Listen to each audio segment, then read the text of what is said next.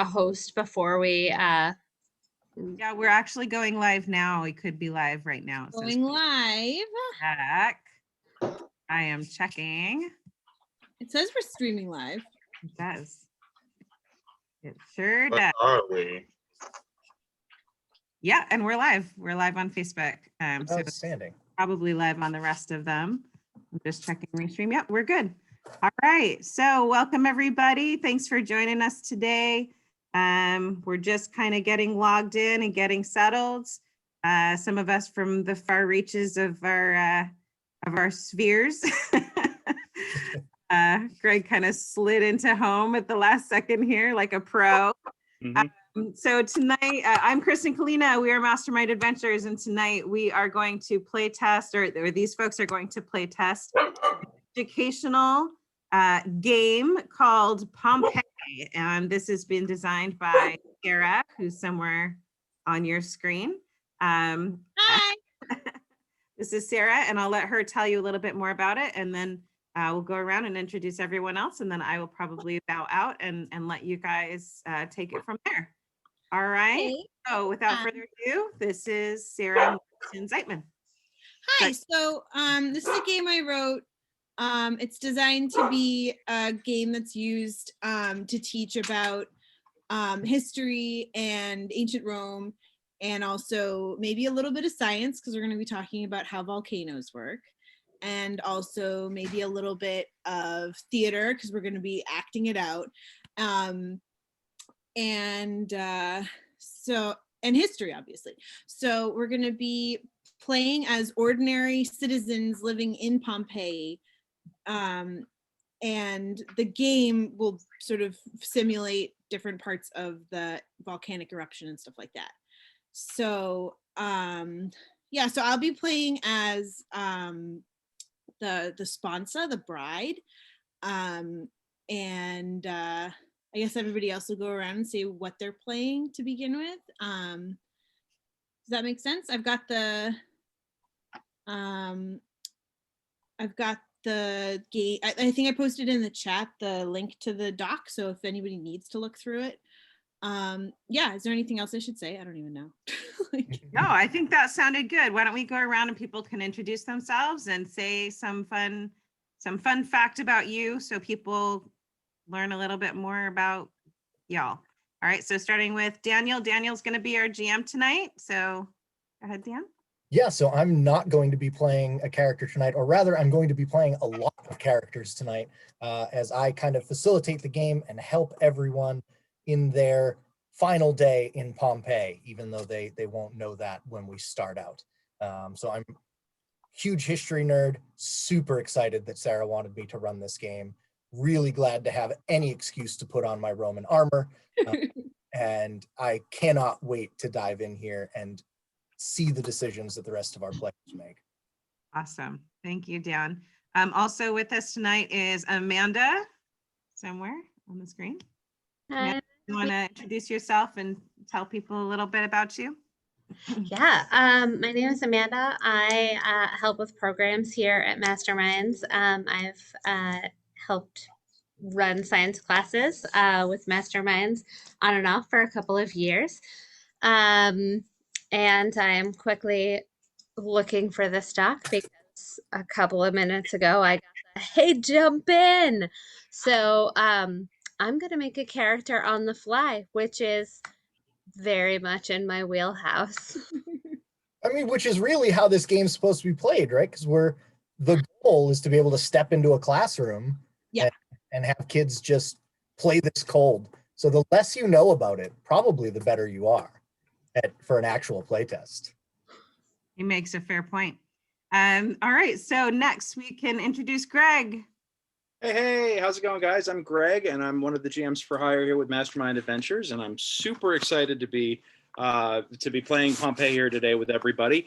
I am trying desperately to find what I did with my character sheet. I believed I said I was playing the Goth invader, or the Goth traitor. The barbarian. The barbarian. Ugh. Yeah, exactly. That happens to be in the wrong place at the most certainly wrong time. Were the files up in Teams or in Discord? I can't. It should be in the chat. So In the Zoom chat? Oh, because I yeah, joined it's late. parts of it in there. Because I came on late. I don't have what Oh, I everybody can else post does. it again. If you don't mind I love how reposting, that'd be Zoom great. works like that. Yeah. But yeah, no, thrilled to be here, ready to kick some. I was about to say ready to kick some butt, but that's really the Stargate game last week. This is ready to see some fireworks. Yeah, this So is a cooperative game. yeah. So yeah. Great, thanks, Greg. And finally, but not least, is Arthur. Arthur, tell people a little bit about you. Arthur is not here right now. My name is Agricola. I'm a farmer outside of town, and I've come here with my child to sell some grain. But I hear Arthur is a good man. He runs Dungeons and Dragons games as well as other games, but also has noticed that if you click to the left side of the screen on Twitch, you will find random characters that look like from D&D Beyond, which maybe is not part of this stream. Oh, is that the overlay from Brutes? That's probably the overlay from Brutes, our Monday night game. It's fine, no worries. It's like I thank God that Tara has 15 health. That's good to know. Ah, yes. That is my Monday night campaign. Brutes in the Shackled City, streaming Monday nights at 7 p.m. Pacific. Please join us. That's right. Outstanding. It's worth nothing for that marvelous plug. Yeah, hey, every time. Mm-hmm. You got to do it. It's the right thing to do. So we hope that you guys enjoy watching these fantastic humans play this amazing game. And I will leave you to it and have a blast, guys. All right. So we're going to get started here, and we are going to, for those of us that weren't intending to play, like Amanda, and for the benefit of anybody watching at home, we're going to go through a little bit of what the setup of the game is going to look like, so you can kind of know how to plan, what some of the stats are, and what your overall goal is for the game here. So the idea is that you woke up this morning just like any other morning. Unless you are playing the Augur, you do not have any idea that anything will be out of the ordinary today. It is a normal town. It is a normal day in a lovely seaside Roman vacation town. That's kind of the vibe that Pompeii has. There are a lot of villas for people that come from farther away to stay when they want to get by the ocean side. It's a very upscale kind of place with all sorts of people going through it. Pompeii and its sister city, Herculaneum, not too far away, both big resort towns with baths and amphitheaters, stadiums, markets. Believe it or not, Rome at this time had fast food shops and public bathrooms and all kinds of performers. So it would be really, really similar to being in any significantly large city today. You are all playing average citizens. I'll ask you to tell me who you are here in just a moment. We already know that Sarah is going to be playing the Sponsa, Flavia, and the Agricola will be played by Arthur, who refuses. That's how you say it. No one corrected me until I was on the stream. I appreciate that. Yeah, actually, because the V is a W. Flavia, that's right, Flavia. Mhm. That's right. It's really Weni Weenie Wichi, which does have the same oomph to it. So all of your characters will have a few different stats. You'll have a short background as well as a secret that only your character knows. You are free to share that secret with whoever you want or to keep it to yourself, whatever you think is going to benefit you the most throughout the course of the game. And you'll also have a set of stats. The stats are pretty basic. You have speed, which is for actions like moving around the city, running, hiding, dodging, and also helping uninjured people move through the city. So this is a cooperative role-playing game. Not only are you trying to get out of Pompeii and save yourself, you are trying to save as many of your fellow citizens as possible, should you so choose to be altruistic, which I think for most of us, that would hopefully be our instinct in the face of a disaster. Strength is used for actions like fighting, lifting, hauling, carrying, building and moving falling debris and injured people, helping them move throughout the city. Knowledge is used for actions like searching and planning, as well as healing and convincing other players to help you. Not all of the NPCs are going to want to help. Some people are going to be panicking. And as the characters with agency in this game, it is your goal to kind of organize people and calm that panic as much as you can as you and everyone else tries to get out of the city. And then most importantly, you have a skill called luck. Luck is used for actions like avoiding injury, dodging volcanic debris, and finding useful things and people, as well as telling lies and escaping bad situations. You are about to be in a very bad situation. Everyone only needs a D6, so hopefully you have that with you. It is pretty simple. If you roll 1 or fewer, in case you have a negative in any of your stats, whatever you are trying to accomplish doesn't happen. In fact, it doesn't happen really badly. You may get extra consequences for that. For example, if you're trying to lift something up, if you rolled a 1, you would drop that thing and probably it would land on your foot. Yeah. Or you throw your back out and now you are injured and are going to need some help getting out of the city. A 2 just means that it doesn't happen. You fail, you are unable to do it. If you get a 3, it mostly fails. Maybe you're able to lift it up enough that somebody can wiggle a leg out, but you can't save everybody that's trapped underneath said boulder. 4 means it happens. 5 means it happens really well. And a 6 means not only do you accomplish what you set out to do, but there may be extra good things that happen to you along the way. That makes sense to everybody so far? Outstanding. So we have the Sponsa, the Agricola, the Panafax, and the Talos the Barbarian. Outstanding. So for those of you watching at home, the Sponsa, why don't you tell us what your character is? You can even read the description. Yeah, I'll read the description. All right. I am the privileged child of a very wealthy garum merchant. My father's fish sauce is sold throughout the empire. I'm sort of nouveau riche. I have great things expected of me. I'm going to be married tomorrow. I've met my intended fiance twice, and the marriage was arranged. He hopes that this marriage will increase his social standing and the family will be improved because, again, we are simple merchants, and this is marriage into a more sort of aristocratic house. So I have 600 gold aureus in a locked chest for my dowry, as well as many jeweled treasures. And I also have a dog named Asbolos, who is the person I love the most in this world. And my secret, I'll tell you all. I said, you're going to tell us all? Yeah, I'll tell you my secret. It's pretty basic. My secret is that I don't want to get married because I'm like a teenage girl. I'm like maybe 15.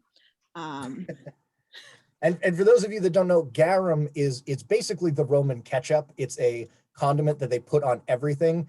You essentially put olive oil and like sardines and other small and smelt and other small fish into a jar and then let it rot for a year. Yeah, it's a big barrel, and when you let it rot for, and it makes this very smelly fish paste, and it's also sort of sold across the empire. So it's sort of like old school Vegemite. Yeah. Disgusting, but apparently the Romans love it. It's like fish sauce, you know, like people eat fish sauce in a lot of different cuisines, but it's probably not up to a lot of modern American tastes. Needs more sugar. The Agricola, why don't you tell us about yourself, your character? Yes, I am Agricola. I am a farmer, and I have brought my horse and cart laden with grains, olives, apricots, and plums to town for market today. My 13-year-old son, Marcellus, yeah. Marcellus sits on the back of my cart. Now, I don't know what to do with that boy. I live several miles out of town on a large farm. I have several errands to do this morning, including meeting a foreigner and selling my grain to the baker. And I'm hoping to make enough money today to repair my barn. Repair your barn? Why, yes. What could be wrong with your barn? Absolutely nothing. Shut up, don't ask me. I have no secrets. I will tell you nothing. Go away. Talos the barbarian. Uh, Excellent. Perfect. Spoken like a Yeah. true barbarian. Not from here. Trade fur from north. Visit town as go through empire. No speak much Latin. You speak. Know several business that need meet with today to negotiate money. I stay at inn, have chest full of fur. It's very nice fur, good fur. You like fur, you buy fur, yes? And have 18 aureus coins in purse. My coins, no your coins, my coins. But no speak much Latin. Please be patient. Will do. All right. And finally, we have the Panafax, Astra. Okay. I am having some difficulties. It should be at the top of the list of character creation. Thank you. I had it saved and now I accidentally switched out of everything. Okay. I own a bakery on the main road and live with my family. It's a very small apartment right above the shop. Every day I wake up early with my spouse and make the dough, get the oven ready, stoke the fires. I have a 6-year-old daughter named Hestia. She's got a wiggly front tooth. There's a mill in the back to grind the grain into flour. We try to do a lot of things on our own. There's a donkey who pulls the millstone. There's a shipment of grain today. We do okay for ourselves. We're pretty simple. That's about it. There's not much to my life. All right. So this is our cast of characters, and it seems like a few of you already have business together, which is going to entwine you in one another's days quite nicely. And I'm sure the sponsor has some reason to go spend some of that money that she's probably has burning a hole in her pocket. So before we get started in earnest, now that we've introduced everyone and gone over the roles, there are a few things to mention in terms of historical accuracy for those watching at home, thinking maybe this would be a great game that you'd like to introduce into a history class or a science class or a Latin class or something like that in the future. There are some things about ancient Roman society that are a bit problematic when you're discussing them with children, but we really can't avoid talking about them, especially in an educational game, and really believe that we're doing a service to anyone by kind of, sugarcoating history. Rome really invented the concept of the patriarchy. So it is a very male-dominated society. Women are given names based on their father's names and are basically seen as property. They don't have a huge amount of agency. Now, this doesn't have to be played out that way. We're going to give our female players just as much agency as the male players, but it is an important thing to think about when you're talking about the interactions between people within scenes. Rome was also a really multicultural society. Rome stretched all over the ancient world, from as far west as Great Britain to as far east as Anatolia, where modern day Turkey, and into the steppes in Eastern Europe. So people from all over the empire would come to Rome, and if they had the money, they would also come to a place like Pompeii for a nice sunny seaside vacation.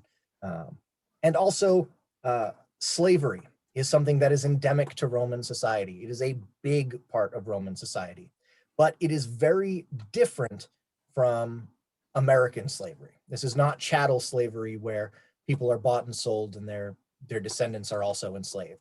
You could purchase your freedom, win your freedom, be granted your freedom, and your children were not necessarily going to be enslaved either.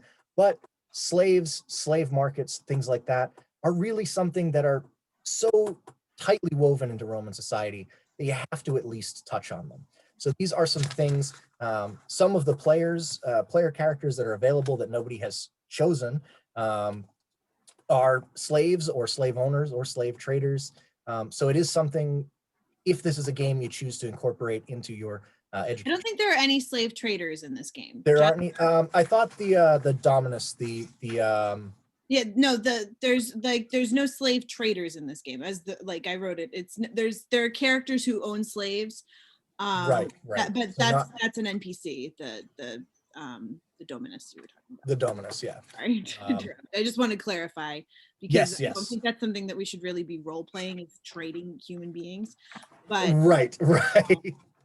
Not, I didn't mean slave trades. I more meant people that would engage in the buying, engage in the buying of slaves. Well, it's dependent on your class, right? So for somebody with like of a higher class, people, they didn't have people to, they didn't have laundry machines or anything like that. They had people to do that work. And yeah, it was bad. We're not good. But so this is just kind of, as with anything in history, I certainly believe in respecting kids' intelligence and not sugarcoating things for them. But these are some of the things that you may need to navigate if you're running this game in an educational setting. We're all adults here. I don't know who's out there watching, but I just thought it was important to include that note before we really start. And the rule of this game is that this is a game about escaping Pompeii. It's not about, it's not about exploring the dark underbelly of Roman society and discussing why there are, we don't need to get into conversations about patriarchy and slavery, but they are things to note. They are present in the game and in the world. So it's something to be aware of. We also have a really cool mountain. You do have a really cool mountain, Mount Vesuvius. Yeah, love it. Right, Pompeii is right in the shadow of Vesuvius. So we are going to start in what we call phase 1, before. But for you, it's just a regular morning. So you all have a set of goals based on your character. And the very first turn phase is to set up scenes for everyone. So why don't we start with the sponsor? Or actually, let's start with the sponsor. So it is your turn. What are you going about doing with your day? I think I'm just sort of mooning, like looking out the window. I'm not feeling good about this wedding tomorrow. I get up, I'm dressed by probably my servants, and I'm just being a sort of a surly teenager. But I have this little dog who is the light of my life. And I think I'm going to sort of go out into the courtyard after I'm like dressed in my finery, and I'm going to play with my dog, make sure that, I want her to get like the absolute best cut of meat that I can get for her. All right. Now, Sarah, in this, it says that there's an attached map. Do you have a specific map? I have not created a map yet. I can find something for you, actually. I've got one. I don't know how good. Yeah, if you could look for one, just because I don't know what you want, what you envision as kind of points of interest and things like that. And most of the maps I was able to find are like modern tourist maps. Yeah, it's like that's all I have too. So that's another one of those things that still is like part of the playtest, is like how dependent are we on these maps that I don't have yet. I'm sorry. But I think I envision here. Let me give me a second. Why don't you start somebody else's scene? Okay. So Panafax, you are probably actually the first person to wake up on this day because you've got some bread to bake. Yes. So how do you start your day? I'm just starting to wake up. It's still mostly dark. I've got to get the fire ready. Really, I have to warm the oven before I wake my husband. He gets up a little later than me. I start the indoor fire for our tea. And then once the fire is ready for the bread, I wake him up and our day begins just like any other. All right, so it looks like, looking at some daily chores for the Panafax, you've got your fires lit for the bakery, which is awesome, but you also are going to need to feed your donkey. I'll take some extra grain out in the back.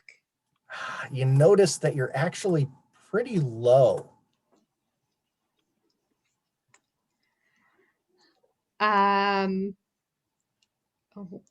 going You're to gonna, plans to go to the city. all right, so, but in order to get your day started, since you're low on grain, you have a little bit of a choice to make here. Are you going to make fewer loaves for the morning, or are you going to hold off on feeding the donkey until later in the day? I'm going to hold off on feeding the donkey. All right, and that is probably a good call because a few folks are already showing up at the bakery wanting to buy their daily bread. Livelihood. What is that? I said, this is my livelihood. I have a child that needs to eat. Your Let's donkey is see your here. So a local service, an enslaved person, comes in to buy the bread for his master's villa before going over to the caldarium, the hot baths, to keep everything up in there. They seem to be in a big rush because they need to get the baths lit almost as soon as you need to get the ovens lit. So this is a pretty common occurrence that some of these serving folks come in first thing in the morning to kind of make sure that there's already fresh bread for the upper classes.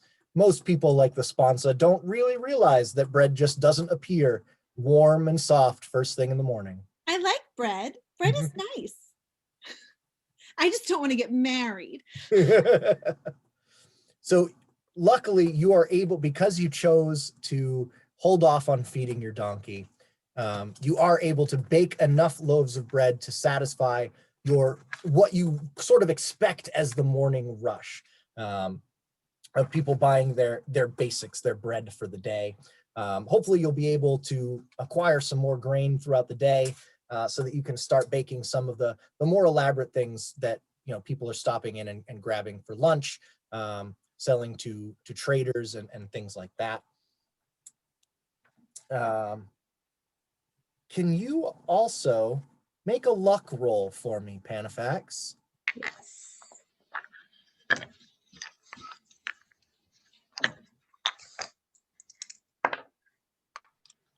That's going to be a 3. A 3. So Hestia, Do you have any benefits on your stat? Modifier. Yeah, Oh, it's with your modifier? Okay. that's 1. I rolled a 2. so Hestia has been really naughty lately. Doesn't want to help with her chores. She has no interest in running the bakery or brushing down the donkey or anything else. You had kind of a fight the evening before, and she kind of rushed through her morning chores, and now you realize that you don't see her anywhere. She's not in the bakery, she's not in the main house, she's not in the courtyard with the donkey. It seems that she's taken off again, probably to go play with some of the local kids. All right. All right. Is there anything else? Better eye on your child. Is there anything else you'd like to do, Panafax, Astra, before we move on to someone else? Not immediately, but I am going to just be aware that I haven't seen her in a while and be alert for her. All right. All right. Agricola, Hello. you've made your way into town nice and early, knowing that the Baker game especially is one that happens first thing in the morning. So you arrive.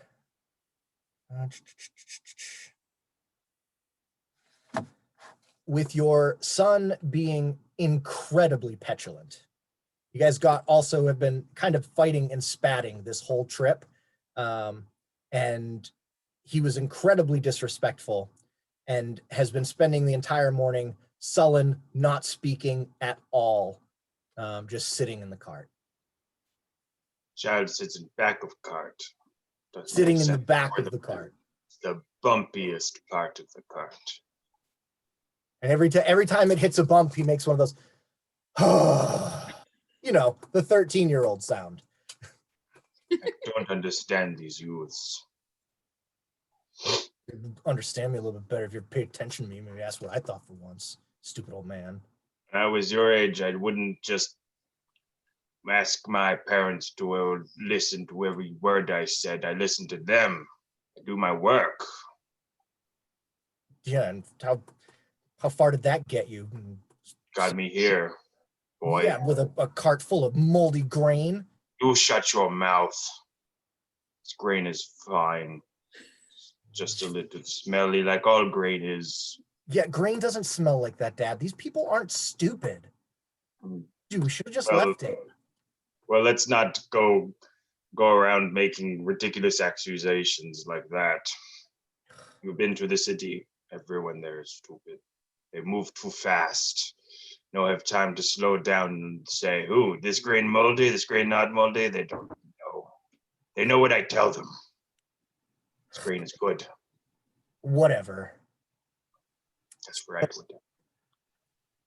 He goes back to just sulking silently as you kind of bounce down the road, headed towards the corner of the market where all the bakeries are, hoping to kind of unload some of your sacks of grain before the day gets too busy. Do you want to take your son with you, or do you want to send him off to run some other errands? I do not trust him with errands. He sees me. He sees how good work gets done.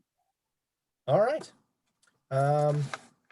Why don't you also make me a luck roll? Okay, I'll take my die out of my lovely little die chest that I painted. Oh. Ooh. Is that a goblin from McPherson Miniatures? It is a goblin from McPherson Miniatures No that I way. got to paint. I can also Another one. Wow, those are wonderful quality miniatures sold by McPherson Miniatures. do the shit, Greg, while you watch me. That is a 4, and my luck is +1, so that is a 5. Outstanding. Gryffindor got it again. Still got it. Ugh. So you, after your conversation with your son this early in the morning as you're entering the town, there isn't much more argumentation from him. He stays pretty quiet. You don't hear him mention anything about the fact that the grain smells a little funny to any of your potential customers. And you enter the bakery of Astra, the Penefax. Hello. Good. Wait, Astra, what is your husband's name? Grumble. Like, I assume I would know it already, but like, what is? This is this is Amanda. What is your husband? He's actually. I should probably not name him Grumble Gus. I will call him Grumble Gus if you name it. Let me see if I can find it. I thought it just said spouse. Yeah. Yes, but I don't want to be like, "Hello, Astra spouse." Well, I tried to make it gender neutral so that like if a girl wanted to play it or a boy wanted to play it, it would be okay. Let's see. Yeah, and for the purposes of this, why don't we say that His name is Faustius. Faustius. But for the purposes of this, Astra, why don't we say that Faustius is ill. He's got unsettled bowels this morning, so you will be handling all of the business today. That will also make for some fun role playing later on. Then yeah, I wanna walk in, greet Astra, greet Astra, like grab her shoulders, give her a kiss on each cheek, and say, "Hello, good Astra. How is your husband today?" Well, he's indisposed as always when we're busy in the morning. Ooh, shade. Oh, watch yourself. You speak ill of your husband, and he may run out on you. He may, but the bread doesn't seem to suit him so well, so he can't run too far. Is he Man, gluten bread does- intolerant? Is that what we're deciding? That he's just Gluten intolerant baker. That's beautiful. he just doesn't. They just don't know what it is. That is a cruel irony. My celiac baker husband. The good thing about bread is it will never run out on you. That's true. See, it is my stability. But the problem with grain I find in my work is that it always runs out on you. How is your grain this morning? My grain? What I have left is suitable. How is your grain this morning? My grain is the freshest you'll find in town. Is it? Well, I must inspect it. Of All course. right. Why don't you make a knowledge facts? And Agricola, make a luck roll for me as well. Yeah, I'll do that. The 2, because it was a 1 and my modifier is a 1. Listen, I've been in this trade a long time, and I can tell you that was a 7. A 7. Finger guns. As far as you know, Astra, usually your husband is the one that deals with the buying of the grain. It's one of the few things that he actually takes initiative with around the bakery, leaving all of the little things, like the making and baking of bread to you. But he always insists on selecting only the finest grains for himself, and he doesn't trust anyone else to do it. But you've seen him buy grain enough. You generally know what he's looking for, so you feel pretty confident. And this looks like very quality grain. Oof. Can I haggle on the price a little bit? Sure. Awesome. You will try. Well, since he's not here today and hasn't been feeling well, I have needed to go to the apothecary, and that is quite expensive. Would you be so kind as to give an extra bushel? Hmm. The apothecary is getting much more expensive these days, but that is getting expensive for all of us. If I'm being honest, I'm a little short on coin as of late as well, but I would like to help your baker has bought many grains. You have been good to me. How about we say I will give you an extra bushel today, and next month you will pay extra for it when coin is a little better in stock. Okay. Nothing will change between now and then, so this should be a great deal for me. Yeah, and so you're actually able to unload most of your grain here. The Panafax has been very busy, rather successful lately. So you're actually a little skeptical when she says that money is tight, because you hear things, and the other bakers know that Astrid has been doing pretty well. But you're also really desperate to unload that grain. So To feed the donkey and I give it some grain. all right, you're gonna take this opportunity to feed your donkey. Yes. Yes, I assume she needs the extra grain to feed donkey, and you must Yeah. feed your animals if they're going to work for you. So I understand. All right, but you Agricola managed to make it out of there with a fair bit of coin in your pocket, and only your more luxurious wares to sell, the fruits and things like that. Let's play some blackjack. So is The that where you'd casino. like to? So is the first place you'd like to head to an inn where you may gamble?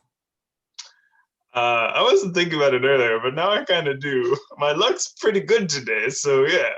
All right. Well, you will head off in that direction, Astra, Astra and Fussy Bowels. You will be. You're still working around the shop, just noting that Hestia has run off or just gone away for a little bit. You fully expect her back for mealtime. Sponsa, Flavia, sorry, you are out in your courtyard playing with your dog as the sun starts to rise, and other people start bustling in and out of the villa, and everyone that comes and goes starts really fussing over you and talking about how excited they are for your wedding. Oh, I'm so excited So too. excited. And one of the people that comes into the courtyard looks a little different from everyone else. They don't immediately greet you. They don't seem to know who you are, nor do they really seem to pick up on kind of the customary greetings that some of the other merchants give that come to deal with your father. This person definitely seems like they're not from here. Talos, you have just entered the courtyard of the Garum cellar. Salwe. Are you from? Hello, Salwe.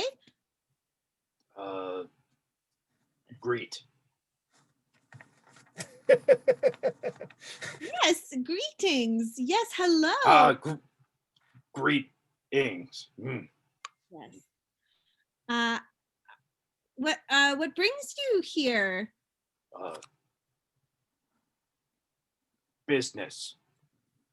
Oh, you must speak to my pater. Okay. He should be in one of the big mansion rooms that has the big bust of his face. And My, you my, know the see name that of this. You know the name of the merchant you are here to deal with. His name's Scarus. His name's what? Scarus. Scarus. Yes, that's my pater. Yes. You go see. See. Yes. Go see Yes, my he- pater in that way. Thank. Knowledge roll, Talos, to see how much of the information you actually absorb. I got a 6, but with my penalty, it's a 5. All right. So I'll That take still that. worked. Yep, you are still able to find Scarus after a little bit of looking around. You don't get too lost. You don't bump into anything or knock anything too valuable over. You're a little put off by the hard tile floors of this Roman house. It feels kind of weird on your feet. So, and also the big mural of my dad's face in the The giant bust of his face. and the mural made out of tiles on the floor and the picture on the wall. You know, my dad's got a little bit of a ego thing going on. You there? You must be what's the name that silly barbarian tongues are? Talos. Talos, yes, let me see. Scarus. Yes, I am Scarus. Yes. Okay, please. It's very nice to meet you. Rather not touch your hands. So I understand, according to a mutual acquaintance, that you have some business here with me. You're looking for a rather Business. large quantity of garum back to whatever terrible place it is you're from. Business. Yes, business. You give me money, and I give you delicious garum. I have barrels of garum. How many barrels of garum would you like to buy? He pulls out a a sheet of paper with a number of tally marks on it and notes written in a foreign tongue, and he kind of looks it over and says,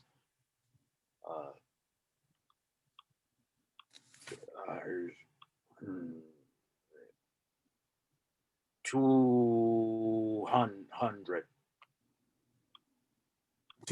200. Hmm.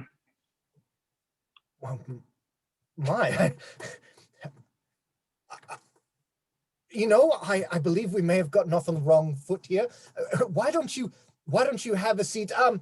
Service, please, some wine for my friend here, while we discuss the particulars.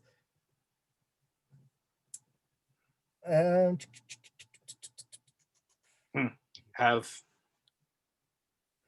chest. Mm. Oh, Pater, look at those beautiful skins. I want one. What on earth would you do with a skin? You're going to start dressing yourself like a wretched barbarian. Oh, but it looks so soft. Look at that. Oh, it's so nice. What about when the winter comes? I need them for Good. my dowry, Papa. Good skin. Keep warm. My friend Talos, was it? You seem to have come on a very auspicious day. Tomorrow is my lovely daughter's wedding, and, well, I simply can't say no to her on a day like this, so I will take a few of your furs as well. Why don't you give me a bit of time to draw up the contract and arrange the delivery of the barrels of garum for you? Out of game real quick, Yeah. because considering the fact that this guy's spitting a lot of Latin at me and I don't, and I'm getting like every third or fourth word. Do I have any sort of assistant or anybody who could be working as a translator, perhaps a service or something like that? Because I understand that I'm looking for some assistance within this village anyhow. Yeah, that's a really great point. So you didn't find anyone upon coming in.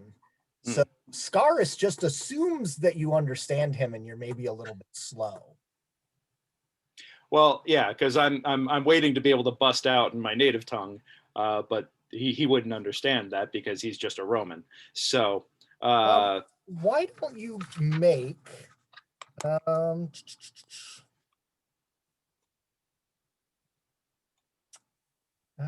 let's Are we try. finding a hole in the game here? What are you needing? well, I'm just seeing that in my character description, it's telling me that I am not fluent in Latin. So I'm assuming that it's conversational, and I'm trying to come off as, or No, I less think than role-playing less than. really well. Yeah, but that's the whole thing, is I'm just trying to understand like how much of what he's telling me right now am I actually getting? Why don't you make a luck roll to see if Or they're a knowledge roll. Or... in his employ. Yeah, the problem is my knowledge is where my stats suck, and I'm trying to play that up. So I see. Okay. yeah, because that's the one negative that I have is knowledge. So Yeah, and so I think the reason I said to make a luck roll is so I'm really trying to play that as like a. Oh, sorry. I was gonna say, let's see if someone in But I'm doing great. I just got a 6, so that's another 5. for knowledge. Oh, or sorry, luck? for knowledge, and then or if we made it a luck, that's a 7. So, Yeah. So my thought is you're hoping right now, rather than searching out a translator because you're all meeting with this guy, the hope is that someone in his employ speaks your tongue or something close enough to it. Mm-hmm. And with a 7, there is actually another trader there, someone that you know from your homeland. Oh, excellent. Okay. To run into this person, but not only do you speak the same language, he's very fluent in Latin, and he jumps in to start translating for you. What's his name? His name is let's call him Finn. Finn, good fellow, 'tis so wonderful to happen upon you here in these circumstances. I am trying to speak quite clearly with this rather barbaric and ostentatious gentleman who he thinks that I am not as smart as I think I am. So therefore, I'm going to try and to slow roll him, as it is in our parlance. I would really greatly appreciate your assistance here, if you wouldn't mind translating for me. Let's run the ignorant Gaul on him and just see what kind of deal I can get. I'm trying to pawn off these furs for 200 barrels of fish sauce, trying to corner the market in our region. You understand? We seem to be of the same mind here, my friend. Wonderful. If there's anything I could do to assist you in your trades, I'd be happy to. You know, I think the ignorant Gaul gambit might just work to our favor here. Scaurus seems to think everyone's not quite as intelligent as him. Gauls... Typical Roman. Their arrogance knows no bounds. It really doesn't, unfortunately. They conquer a few countries and suddenly they think they're the center of everything. Their arrogance spreads almost as quickly as their rule, so ignorant Gaul will work very well for us, my friend. Indeed. I tell you what, why don't you leave the furs here? Let me handle these negotiations for you. Go off, see a bit of the city. Very well. Well, these are moderate, mediocre furs, but try to oversell them as some of the best in the country. They always love hearing that kind of thing, you know. Don't worry, the petulant child's already in love with them. You will. I'll have no problem unloading these for your garum, and between the two of us, we'll bleed this man dry. That sounds lovely. I'll cut you on a percentage. I'll see you at dinner. Yes, indeed, my friend. Well done. Just friends being pals. Love to see it. Yeah, so you and you're confident that Finn is going to do right by you. You have your distant relations, so you definitely trust him in this regard. And more importantly, I know where he lives. So. All right. So, is there? So Panafax, I assume that you're staying in the bakery. Your morning rush has kind of died down. You fed the donkey and things like that. You're not really expecting many more customers until lunch. But what would you do? Are you going to stay around the bakery, grind some of that new grain, or are you going to head out and try and run any other errands? Nope, I'm gonna work in the bakery. The work is never done, and I have to check on my husband. It smells awful outside. All right, Sponsa, Flavia, are you have gotten yourself a chest full of furs that you fell in love with. They're nice and soft. They remind you very much of the fur of your dog. Oh. So it's a very comforting feeling to you. Are you going to stay around the villa, or are you going to wander a bit? I'm gonna see if I can get out. You know, I want to like have one last taste of freedom before I'm married tomorrow. And your father seems pretty occupied. These Gauls are placing an order much larger than he anticipated. He's in a really great mood, really just kind of... I'm kind of pissed off that he's, like, while I don't want to get married, I'm also pissed off that he's doing business when we're supposed to be, like, getting stuff done for my wedding. Yes, I understand that you're upset, my dear, but what do you think is paying for the wedding? The business, please, just... Me, obviously, Pater. I'm the one paying for the wedding because you're selling me to this person I don't know. We've been over this. It's a good match for you and for the family. Just why don't just leave me be for a little bit. I'm going to be busy with this Gaul. It's fine. It's uncouth for a woman to be in the room while we discuss business anyway. Where's my mater? Where's my mother? That's a great question. You know what? Is that one of your NPCs or no? Yeah. She's very excited about the wedding. So your mother is furiously preparing. She's in the kitchens, directing all of the service in their preparations of food for tomorrow. There are a few things that will be cooked day of, but they're also they're making almost like chutneys and fruit dishes and things like that can kind of stew. Do we need to buy any fruit, perhaps from the Agricola? So you approach your mother, and she does seem to be very, very upset. She really wants to do poached plums. She's got all the wine and all the other seasonings kind of simmering in a pot over a fire, and there are too few plums. There's no way, there is absolutely no way that this is going to feed all of our guests. I told you all to stock up for weeks. How could, oh my lord, I don't know what I'm going to do. Flowey, Yes, Mater. Mater, it's not their fault. The plums went moldy. That's what happens to plums when you leave them out and you buy them for weeks. You buy plums weeks ahead, they go moldy, mother. You're right, my beautiful darling. Do you think you could please acquire some more for me? Why are you sending me out?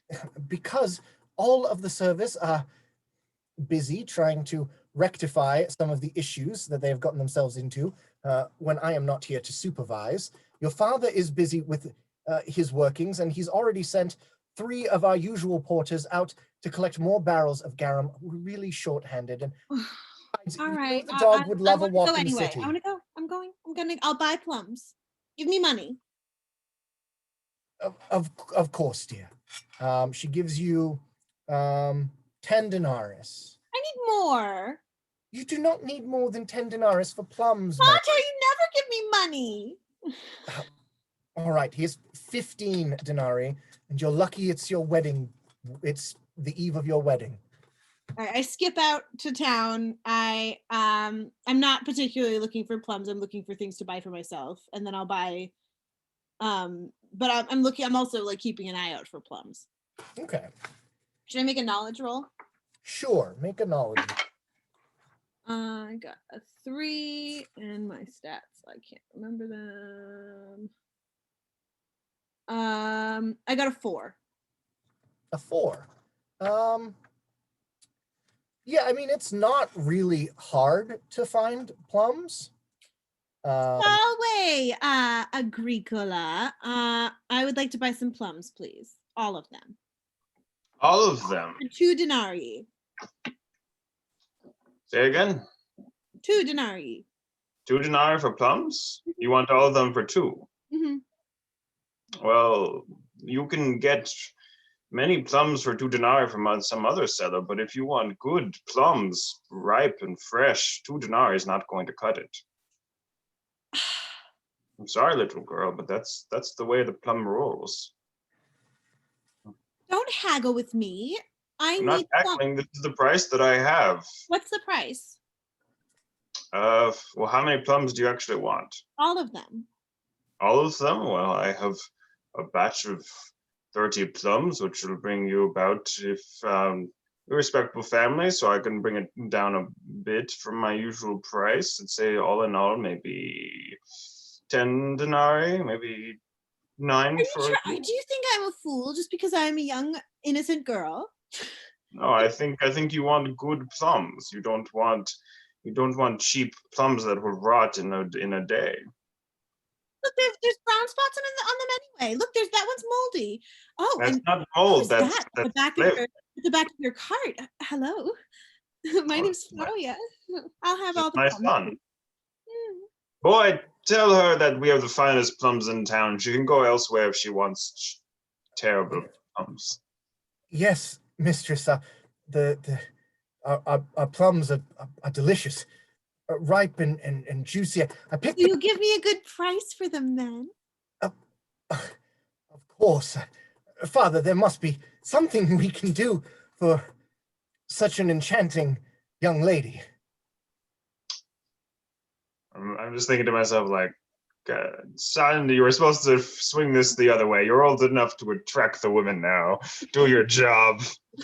I remember when I was your age, I would attract the woman to get plums out of here. Tell you what, boy.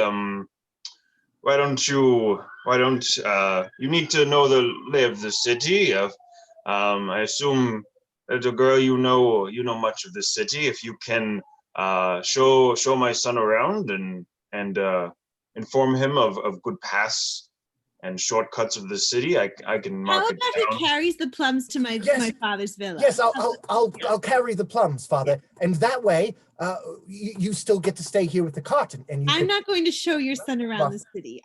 What do you take me for? No, I'll Like, for a carry the plums. businesswoman, I apologize. A I thought biscuit woman? What? businesswoman. Uh, Thought you wanted to trade. So she is very clearly not a businesswoman. Well, she's trying to haggle with me. She's trying to get the price down. That's what I mean. Oh, that's right, because but I you'd- wanted. yeah, but you would probably be able to tell just from sight that she's not quite a patrician. She doesn't quite have that air about her, but her clothing is. She doesn't look like the type of person that should be buying plums. Yes. Okay. Well, but she now does look like the type of person whose family might buy a lot of things if you strike a good relationship with them. yeah. Well, okay. I'll mark it down to 5 denarii, and the boy will bring it straight to your house. Is that a fair deal? Oh, thank you. Perfect. Wonderful. Okay. All right. So the Agricola's son and Flavia start to make their way back to the villa. And I head to the tavern, like smiling to myself. Enjoy those 2 denarii plums, you little girl. So Talos, you also find yourself in a tavern, trying to find something other than this god-awful Italian wine. It's just not. It doesn't really hold up to the Gaulish wine that you're used to. Of course not. Yeah. No, it's swill, but I'm not doing business with anybody in here, so I don't hesitate to make my displeasure voiced. Yeah, this is barely acceptable, but I do inquire if they have anything good to eat, and hopefully that the food will be better than the wine. Do they have any venison, perhaps, or leg of lamb, something that is more akin to my palate than this common bread and this fish sauce, which I don't understand the appeal of it, but I suppose that others might. And it seems that some of the traders in the north, the Celts, seem to appreciate it. They come from a more seafaring place as well. So trading with them, being able to pawn this off on them might turn me a tidy profit. Yeah. I mean, you can find, so it's pretty easy to find any kind of food in a large Roman city because it's so diverse. There are people, like I said, most Roman cities have an area of like takeout foods. So they're selling Sweet. hot meats and bread pies and things like that. So it's not hard to find something that really fits your palate. Maybe Excellent. nice, a roasted haunch of goat or something. I'll just grab, I'll some grab local that, toss them a spices coin. kind of wafts through, wafts by your nostrils, and that really starts you salivating. I will take it, and I will take a big old bite, just and walking with my haunch of meat, this chunk of goat that I'm just, because I eat on the move. I don't sit, I don't rest, I keep going. So I will go about searching for suitable wine, see if anybody has actually imported anything from Gaul that is because this Roman wine is subpar, too sweet, too much sun. You are also, so you do also have another meeting set up in this town. Are supposed okay. I believe that you are closer to, mid-morning. You are also supposed to meet with another trader. You're looking to bring back olives as well. Okay. That's something that doesn't grow very well in Gaul. But I do enjoy a good olive, so therefore, you know, these guys I won't try to scalp as much as as that fish sauce family, you know, who treats me so disrespectfully. Yeah, and you have been given the name of a contact. You are looking for Agricola, because in Agricola you are expecting this foreigner, and that is why you have brought the amount of olives that you have. And So you're many kind of olives. excited because this is it. You don't have else to sell. You've sold all of your plums. Apricots have been selling fairly well throughout the day. Yes, I'm aware that Agricola means farmer in Latin. That's my name. My name is Farmer. Farmer Bob. He's a weird sort from a very, very small village. I wasn't gonna point that out. In some of my realms, perhaps I would say that he was touched by the Fae. So. Yes. Yes, he's favored by the gods, as they might say in there you go. But you know, the apricots have been selling pretty quickly, and you're looking to unload your entire thing of olives. Your cart's almost empty at this point, which is, you never thought this would happen so fast. I'm a good farmer. That's why it's my name. So you're kind of been waiting for this barbarian to show up, and you were expecting him a little bit earlier, but you know, you assume barbarian traders, not too smart, might have gotten lost. And he's not entirely wrong, Talos. You're so busy looking for, you know, something that whetted your appetite. Yeah, I'm looking for palatable wine that I go walking right by this guy. Yeah, so you're a bit turned around. You're actually both in the market. You're just on opposite sides. As you are Agricola, you see a young girl. Kind of, you hear the giggle of a young girl and turn to see her snatching an apricot off of your cart and running away down an alleyway. Talos, as you are, I love it. as you are wandering the market, you see the well-dressed young lady from the Garum merchant's house, kind of talking amiably with a young man carrying a large bushel of plums, a large basket of plums. He seems to be kind of following her like a puppy dog. It's kind of you know exactly what's happening there, and it's kind of amusing. It makes you a little wistful for your own youth. I had a woman who I chased after once. She beat me with a stick, but I never Astra, forgot it. you are doing your best to get all of this grain ground while your husband seemingly is farting himself to death upstairs, or at least that's what it sounds and smells like. Your donkey, though, you're trying to get the donkey to run the mill, and it's acting a little strange. I'm going to check on the donkey and also take a look at his surroundings, because he's been with my family long enough that I know that when he acts funny, I should check his food and water. All right, yeah. So you look and it, you notice as you approach the trough where you put the grain for him to eat, you're getting a really, actually make a knowledge check.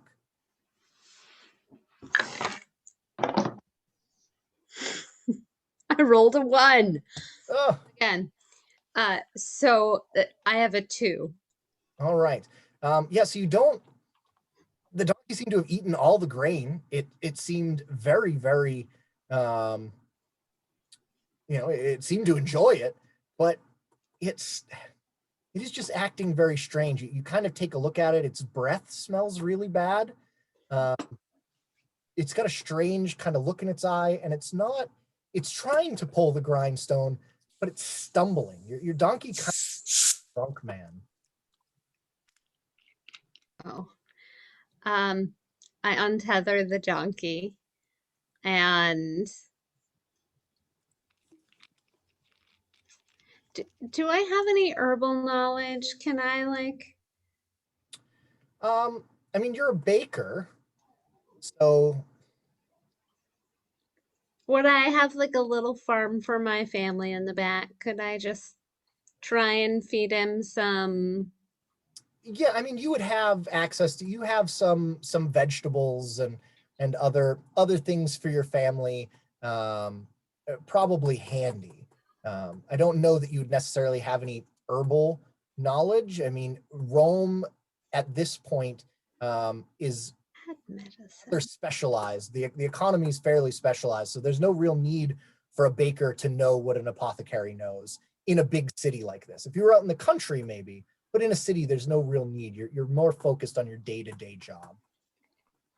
Well, I'm just gonna untie him, uh, and then retie him to the fence and pat him, wish him well. Notice he All right, make a as you tie him up to the fence. Give me 1 second here. he's gonna die. So much for being a good You're farmer. able to That tie him up. donkey dies, I will leave this game. You tie him up. You're the one. I'm not even going to say what you did, Mr. Agricola. I'm just an unsuspecting no. white Oh no! fire. Oh no! Wait, Are you what? just now realizing what you've done? Yeah, I didn't. So do you want, Agricola, do you want to share with us out of game what your secret is? I think it would be helpful both to the other players and for the people watching. Well, I thought it was clear by what my son was saying, but yeah, my grain is very moldy because my barn broke the other day, which is why I want to fix it. And some rain got in and got all pretty much all my grain moldy. You killed the donkey. I will murder myself on the top of this mountain. That is if. Oh, don't I worry. will. Karma's going to come quick. There is no, I will say that while the donkey does, the donkey is not in mortal peril from what you have done. Now, it may cause the donkey to be in a situation of mortal peril further on. I'll pick it up. I'll carry it out of this thing. But what you I'll have make done my has son not, pick it up. and you said, Agricola, you were chasing after this girl that stole the apricot, right? Oh yes. Make a I think speed my check. plan. Oh yeah, sure. My plan is to like smack her arm as I'm running after her, so she'll drop the apricot. You gotta make it clear what will happen to someone if they try to steal from you, or everyone's gonna do it. Okay. And you said a speed? Yep.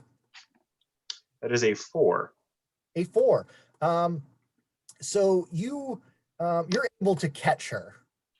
Rather than, she's a rather young girl, so you don't want to smack her with your stick, but you're able to grab her arm. Yeah. Make a luck roll for me as well. Okay. That's also a 4. All right. And you get her back to your cart. She replaces the apricot, starts apologizing. She, introduces herself as Hestia.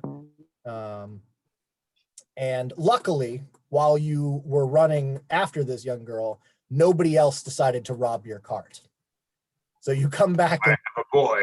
pots and your olives are still there. All right.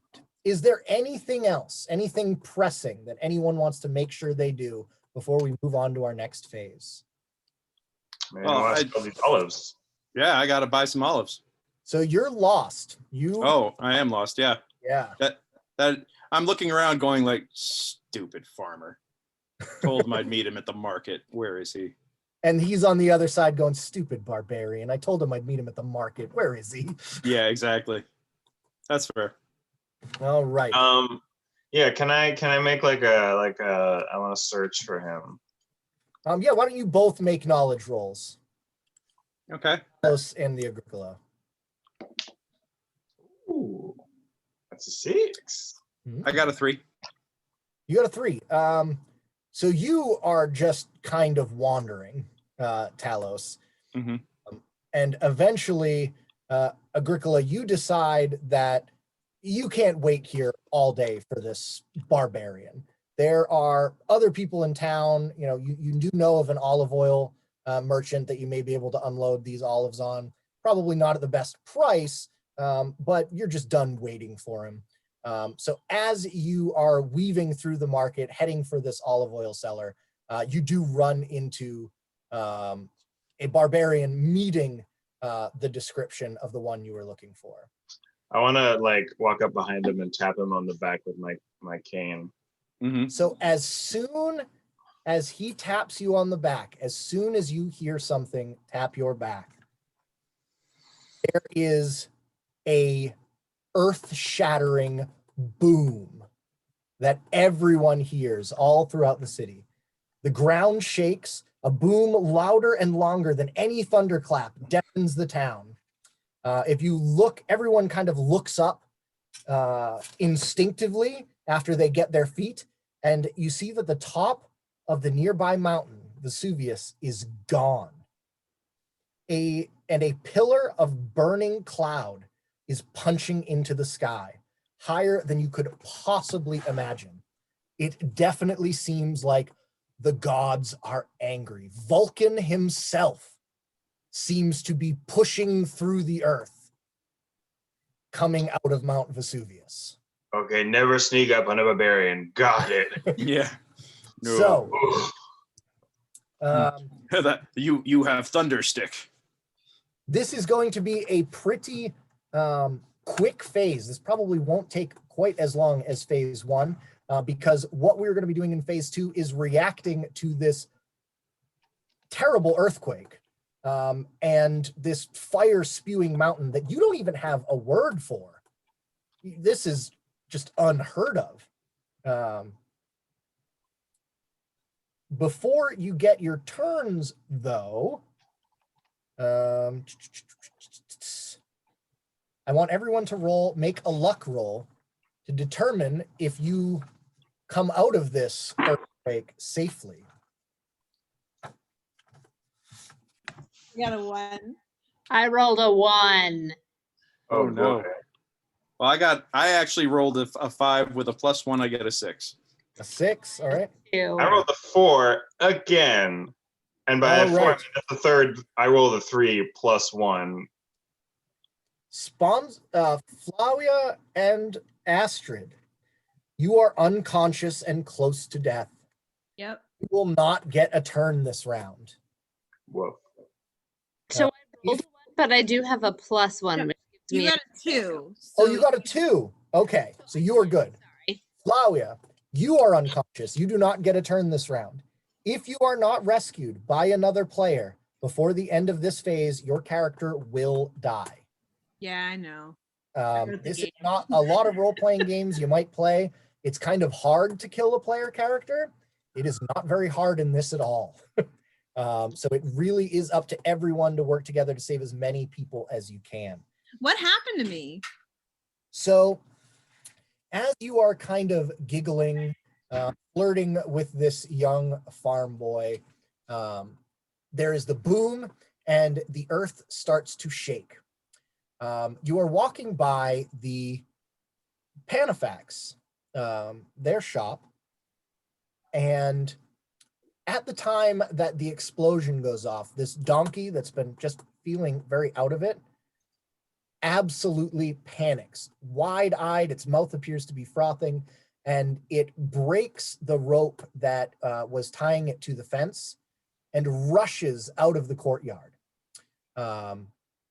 It knocks into you, Astra, and you fall into the grindstone and break your leg. So you're going to take a -1 on all future speed and strength rolls. You're going to really need help from another player. As the donkey rushes out of the courtyard, the farmer's son is startled. He drops his basket of plums. They go rolling everywhere. Sponsor trip on one of these, and then are subsequently trampled by this panicked donkey. Oh man. Murdered by a donkey. You are in a very bad way. The donkey trampled. it appears to have stepped on your head. You are still alive, however, unconscious and completely helpless. Question. It's gotta suck. Did she get trampled or the plums get trampled? Both. Both. It's me and the plum.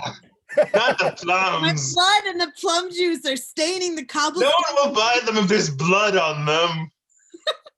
You're trying to sell the same product twice? Agricola. She's not using them. Yes. The Agricola, you are trapped by debris.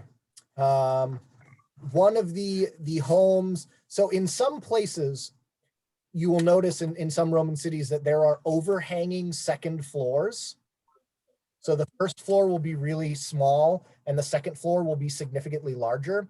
That's because you were charged on, you had to pay taxes and things like that based on the size of your home, but you were only charged on the size, the footprint of the first floor.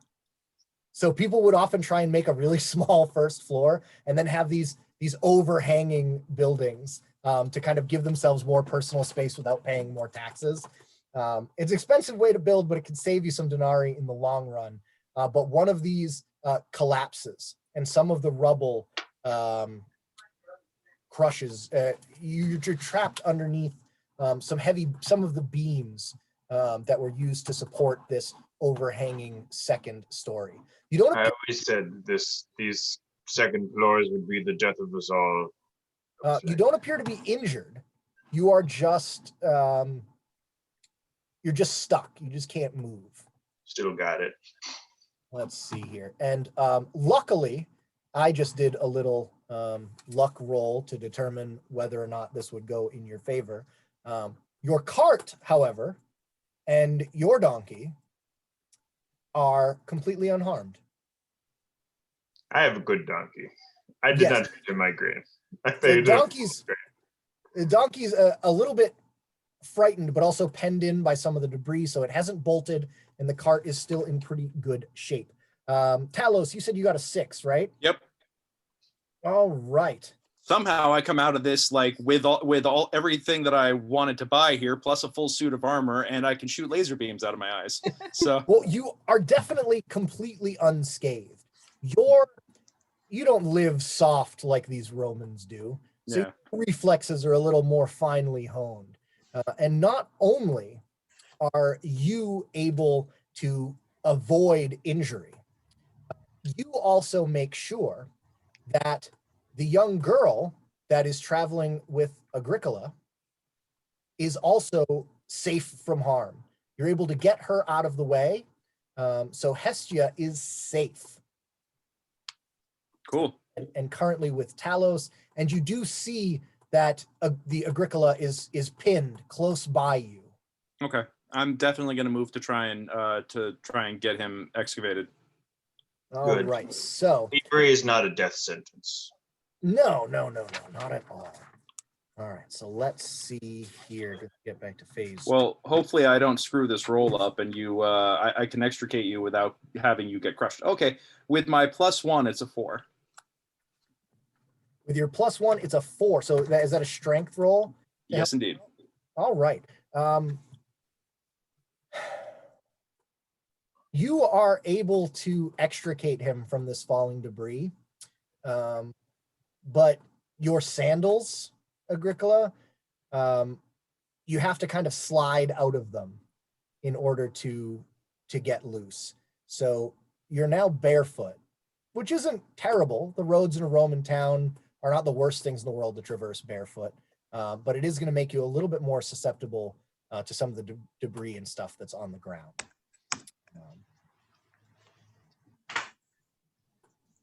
Typhoid? Who has typhoid? I want to search for my boy. You want to search for your boy. So this barbarian has just saved you. There is fire and smoke erupting from the mountain. The earth is still quaking. Every now and then, there are still tremors that run through the town. And people are starting to panic a little bit. But A little bit. Well, I mean, I grasp his shoulders, I give him a kiss on each cheek, and I say, "Thank you for rescuing me. But my boy is lost in this, so perhaps you could help." And I hold up the girl with by her one arm. Go, this yours? No, leave her. Okay. Or I put her down. Make a knowledge roll, Agricola. my knowledge is 0. Is that correct? Yes. Maybe. And No. and you taste goat grease on my face from the. Oh wait, where's my rack of goat? Do I still have the chunk of goat? Yes, it is miraculously untouched, unscathed. You didn't even spill your drink. But the wine is crap, so I toss the wine, but I keep the goat and I keep eating the goat, and then I hold up the girl one hand and a mouthful of goat, and I go. I got a 3. A 3. So you do recognize the girl, and the name Hestia does ring a bell, but you're still a little rattled, and you can't quite place her face. Where, boy? Good question.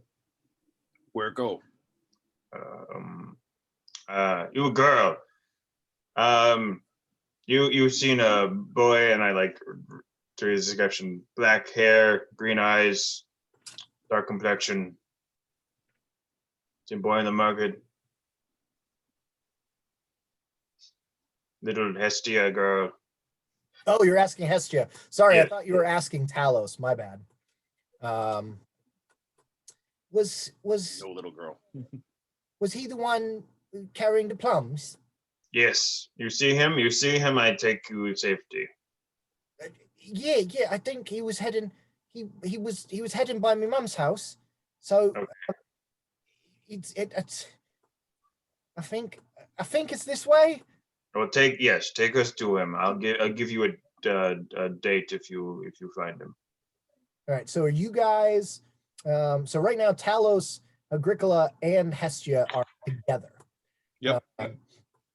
Are you guys making your way, trying to get through town on foot, or are you going to ride your cart?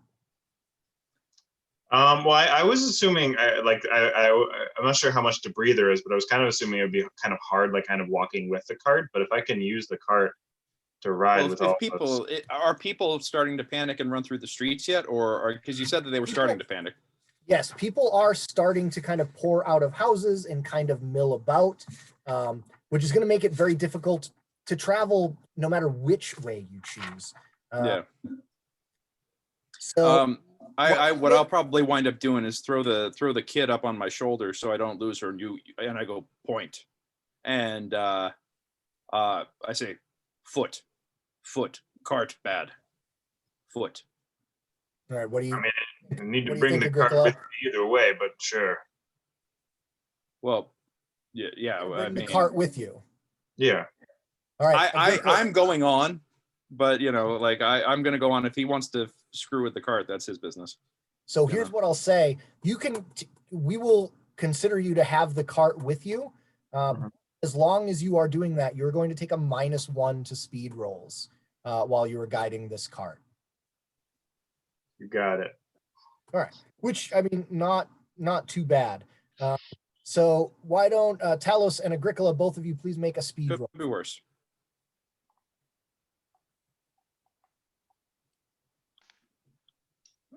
Not too bad. That is a 6. A 6, excellent. I got a 5. A 6 and a 5, wonderful. So you are actually able. Luckily, your donkey is fairly large and kind of aggressive, so it's just headbutting people out of the way. And you both find that you can actually make really good time on the cart if you want to ride the cart instead of walking through the streets. The donkey just kind of pushes its way through everyone. And Good donkey. makes the going fairly easy for you. And you get to the home of Astra, the Panafax. And you see a kind of, there's a big hubbub a little ways down. There appears to be a donkey just going crazy. Just kind of panicking and knocking into stalls and carts and people, and the people are panicked, and that's scaring the donkey more. Okay. And I put the kid down, and I'm gonna try and go use my barbarian mojo to calm the donkey. all right. Yeah. What would that be? I see Telos going over, and I say, his name is Xenos. Okay. How do you know my donkey's name? Oh, sorry. I thought this was my donkey. Sorry. There's only one donkey. There's so many donkeys in this story. I get confused. Two donkeys right now. Two donkeys. Technically, you have a horse, Agricola. Oh, he has a horse. Oh, Yeah. that's Oh. why it's easy for you to get through. Yeah, Yeah. easy for you to get through. I just assumed that traders. Well, my horse is named Xenos, All right. which is Latin for donkey. Talos, so how are you going to try and calm this donkey? Oh boy, that's an excellent question. I think I'm going to well, first off, do I pass, like, I don't know, somebody who's had their head stomped on as I'm going, or, you know, because my priorities might change. Why don't you make a knowledge roll? No, not a knowledge roll. Oh yeah, no, my knowledge sucks. No, yeah, you definitely see you see a young man and a young woman. They look like the same couple you had seen before. Mm-hmm. And the young woman appears to be injured, but the young man is already occupied trying to revive her. Okay. It's not working though. Does not appear to be working. Okay, but the donkey is still tearing up the street, down the street, and people are still freaking out over that, or like what's? Yeah, people are.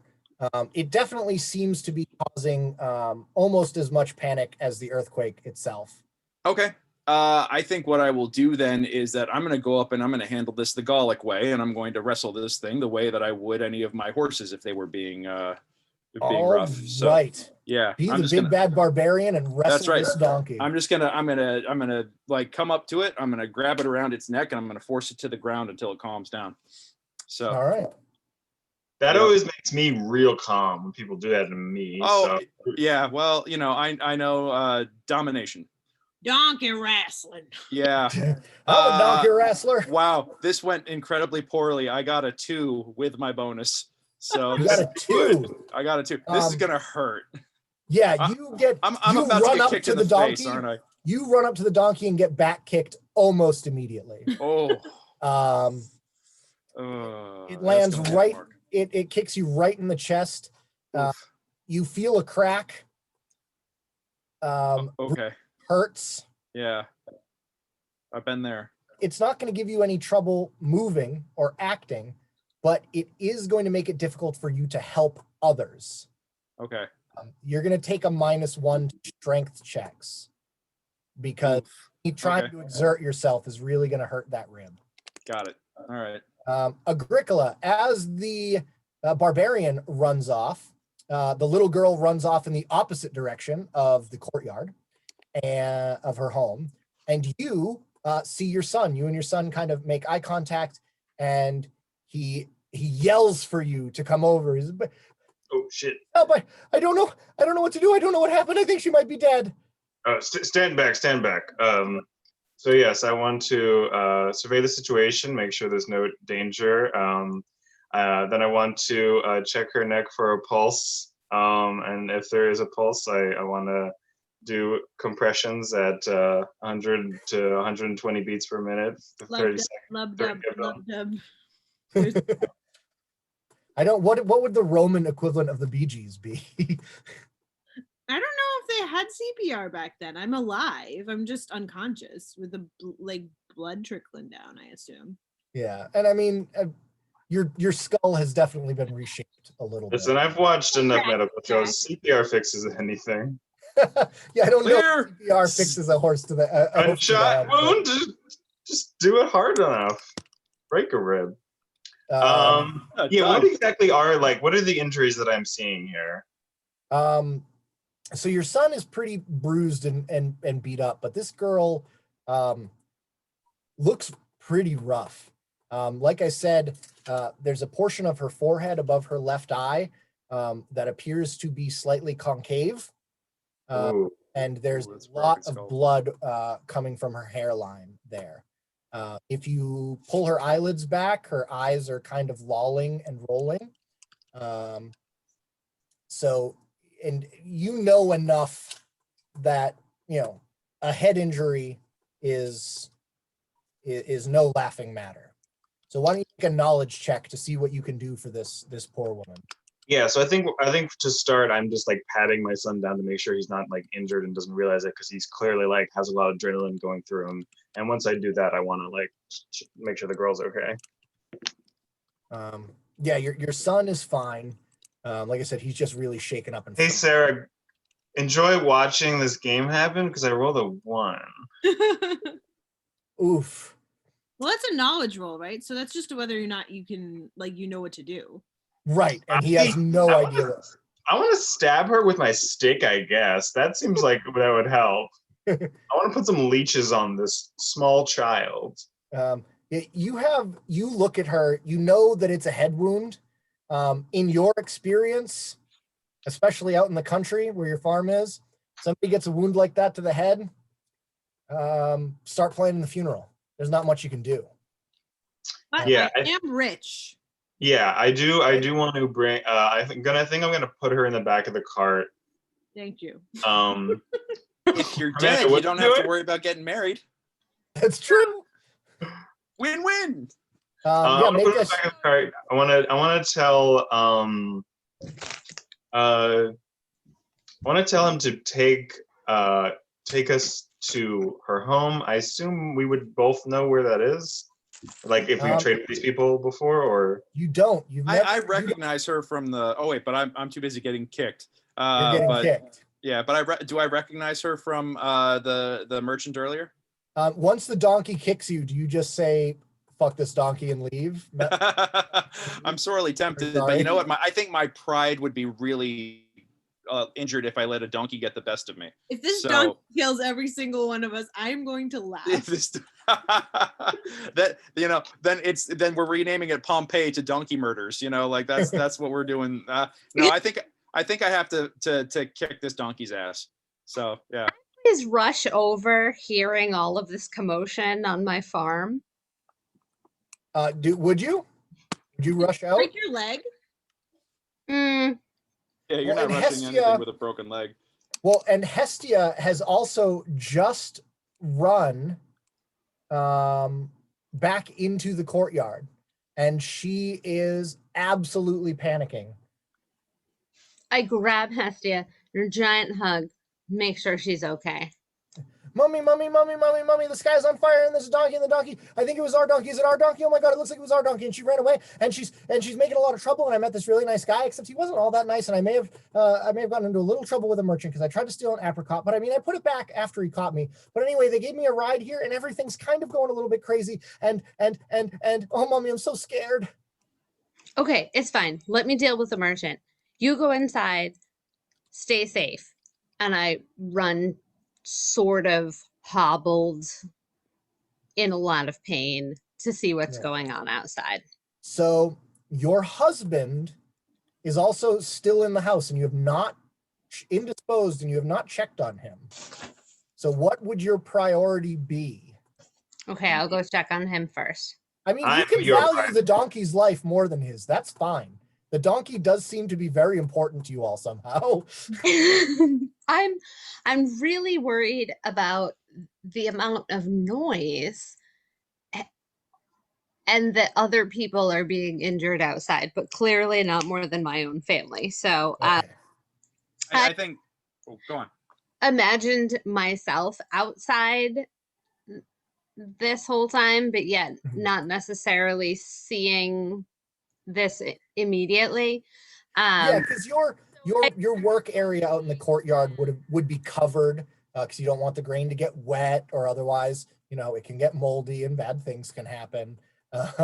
So you may not have had a great view of. You definitely heard the bang and the rumbling, and you felt the rumbling, but you may not have seen the actual explosion. Yeah, I will go inside first with Hestia and like check in on my immediate family first. Okay. Yes, you run in with Hestia. Your husband is already making his way downstairs. Faust just has seemingly completely abandoned his undergarments. You can see as he's coming down the stairs. But luckily, I mean, a Roman tunic it goes down to about above the knee, so you don't really need to wear your undergarments. But he's kind of hastily pulling it back down as he holds Hestia's hand. What in blazes is going on here? She says the sky is on fire, and The sky's on fire. The sky's not on fire. It's probably. Did you clean the ovens before you turned them on? It's probably just smoke backing up. Hold on.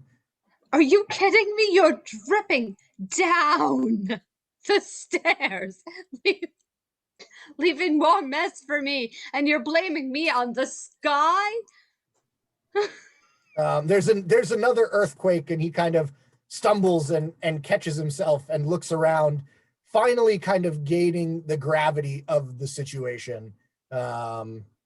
It's not. He thought something untoward was just happening downstairs, and that's why the house was shaking. But now that the downstairs is shaking too, he's definitely a little more concerned. I make eye contact and chuckle a little, like, this is a ridiculous family, and then say, let's go outside together, and just tie a piece of fabric around my leg to make it slightly easier to walk and go. Yeah, and Hestia and Faust just help you out. As you get out into the street, you see the throngs of people. You can see the fiery pillar of smoke pouring out of the top of Mount Vesuvius. And so now you have a full understanding of the gravity of the situation.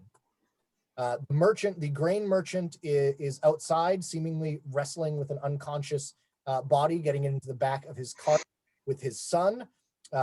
You see your donkey running amok. You get out just in time to see the donkey back kick a barbarian in the chest, who goes flying. Happens already. Your husband, well, does your husband know your secret, Astra? Can he know only part of my secret? Yes. He knows the smaller part of the secret because all smart humans have secret escape. So he knows that there are 22 denarii in the lockbox in the shop. So he sees everything kind of going to heck, and he's like, "Oh, there's going to be looting soon." And he runs into the shop to go search for the lockbox, leaving you and Hestia out in the street. Of course he does. You want to try and help your husband retrieve your money? Would you like to try and help? I'm gonna try. Calm your donkey. You can help Agricola tend to this wounded woman. The Agricola tend to this wounded woman. Do I pass the Agricola and the wounded woman on the way to the donkey? You do. They are right out in front of your shop because that's where they were when all of this kind of went down. So I walk to them first and see the concave eye socket and think she's dead. And I keep make a knowledge roll. Make a knowledge roll to see if that's actually what you think. I rolled another one. That's a 2. A 2. Okay, yeah, you assume that she's dead. You don't recognize her. You're whatever. It's just another. You're sure there are a lot of injured people today, but your donkey is going to be helpful to getting your family out of this town quickly. So you head over to help Talos the barbarian as he appears to draw himself erect again, look very angry, and he's about to attack your donkey. To lay a beat down on this thing. I step between the two of them and shout, "Stop." That I recognize. All right. Make a luck roll. A 5. A 5. Excellent. So yeah, you say stop. And yeah, the barbarian understands it, so he kind of stops. And at the sound of your voice, the donkey actually turns to look at you. And you can see it looks like its eyes look really glassy, and it's almost foaming at the mouth a little bit. And it's breathing really, really heavily. Like that moment in Jurassic Park with Chris Pratt and the Velociraptors, or in Jurassic World, where he's just like,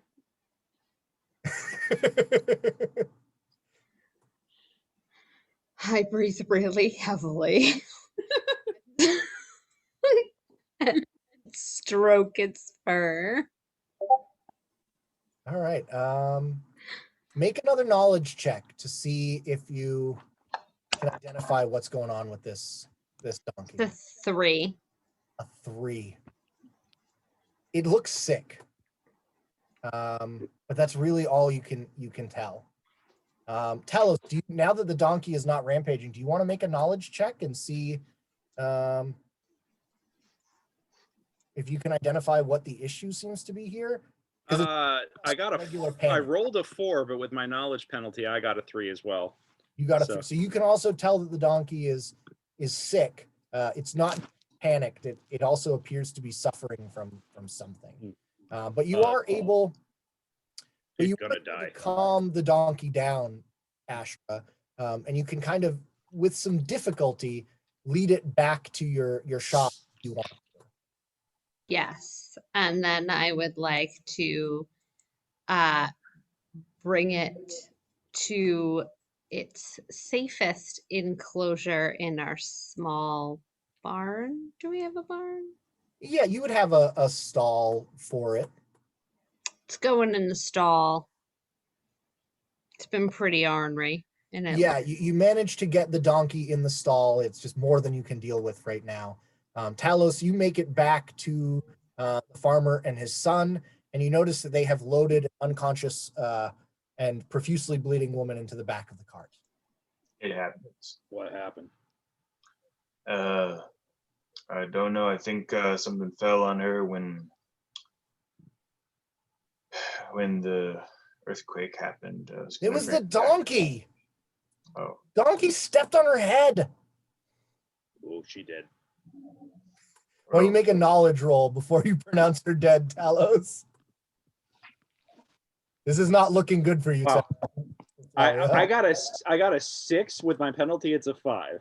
So suddenly I've got a medical degree from some university.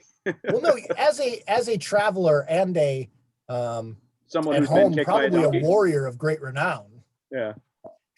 Trading, especially across the frontier, is very dangerous. There's plenty of bandits and outlaws, and so being able to protect yourself is fairly important. So you're not a stranger to battle wounds and things like that. And this looks very similar to what might happen if somebody took a hammer or a maul to that part of their body, to their head.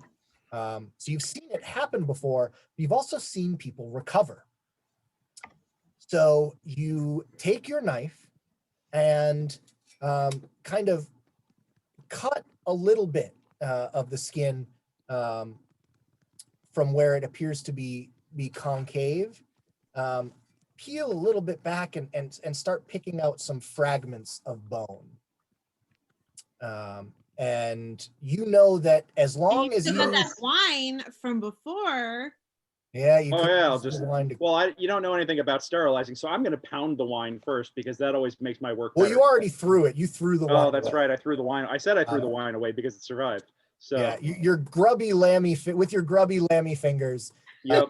You pick some of the shattered skull out of the wound and Mhm. bandage it tightly, and you know that really what needs to happen is she needs to be somewhere where she can lie perfectly still. Mhm.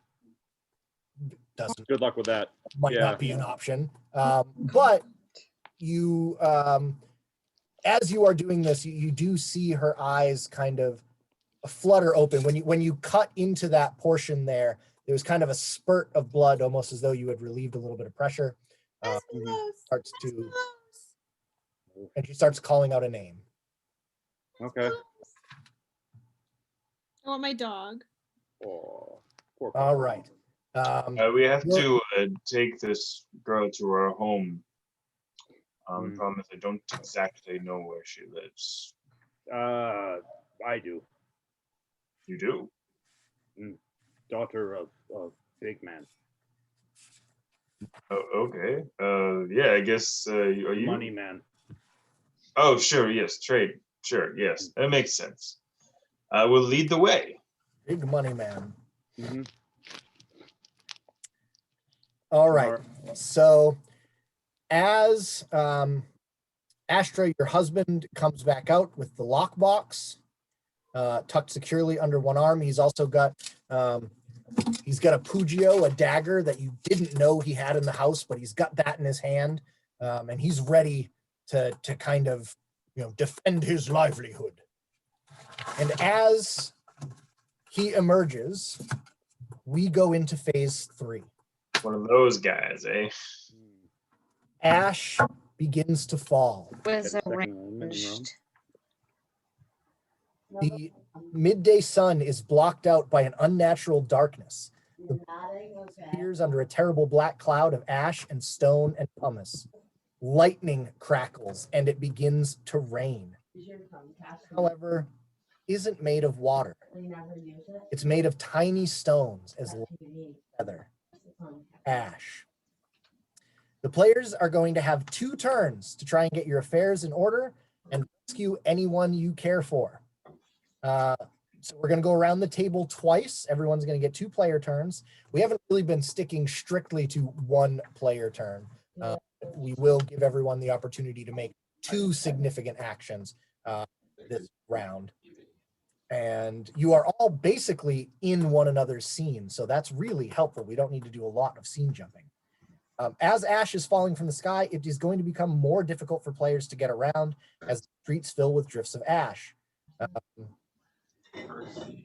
You're going to navigate this while trying to get back to your families, find people, rescue the injured, collecting possessions, whatever else you need to do.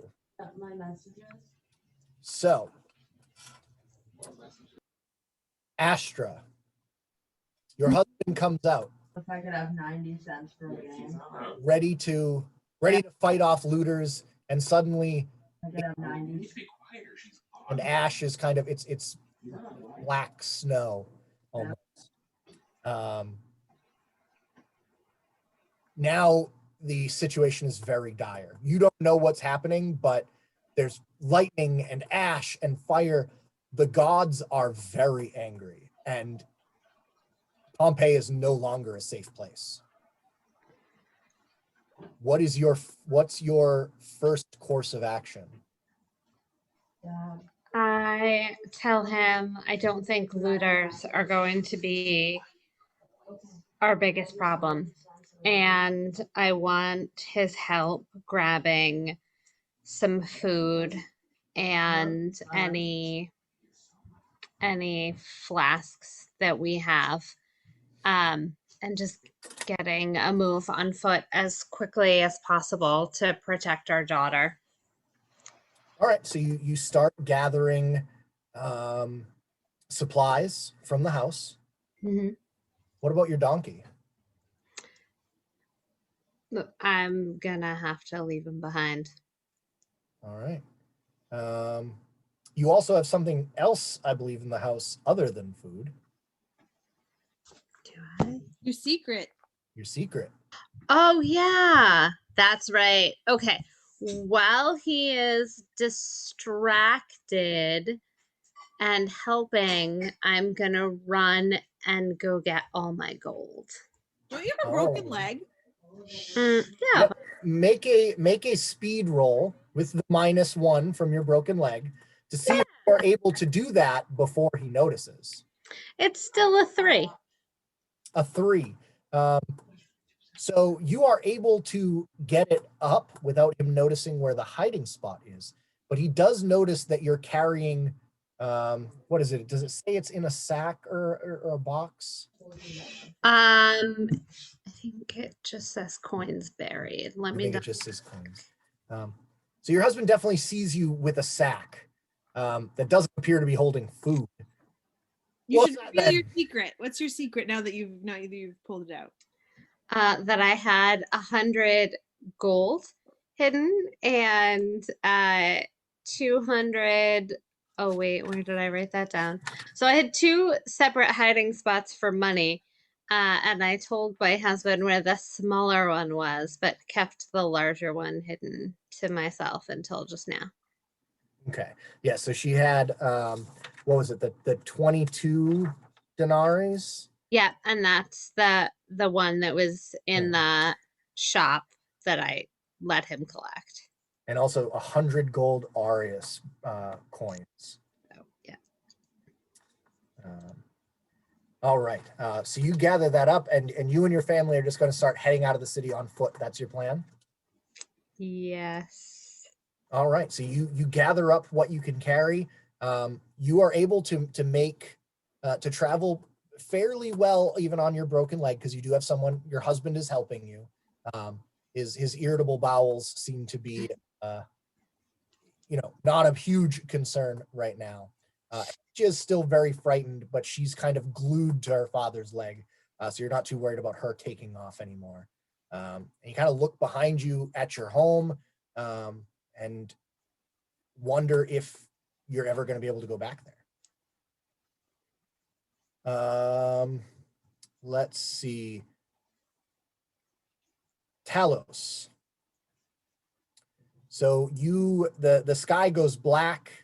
You see the baker's family start to run around, gathering their goods, and you notice that other houses are doing the same. People are gathering their possessions and kind of flooding into the streets, trying to head in the opposite direction of the mountain that has now been obscured by these clouds of ash and lightning.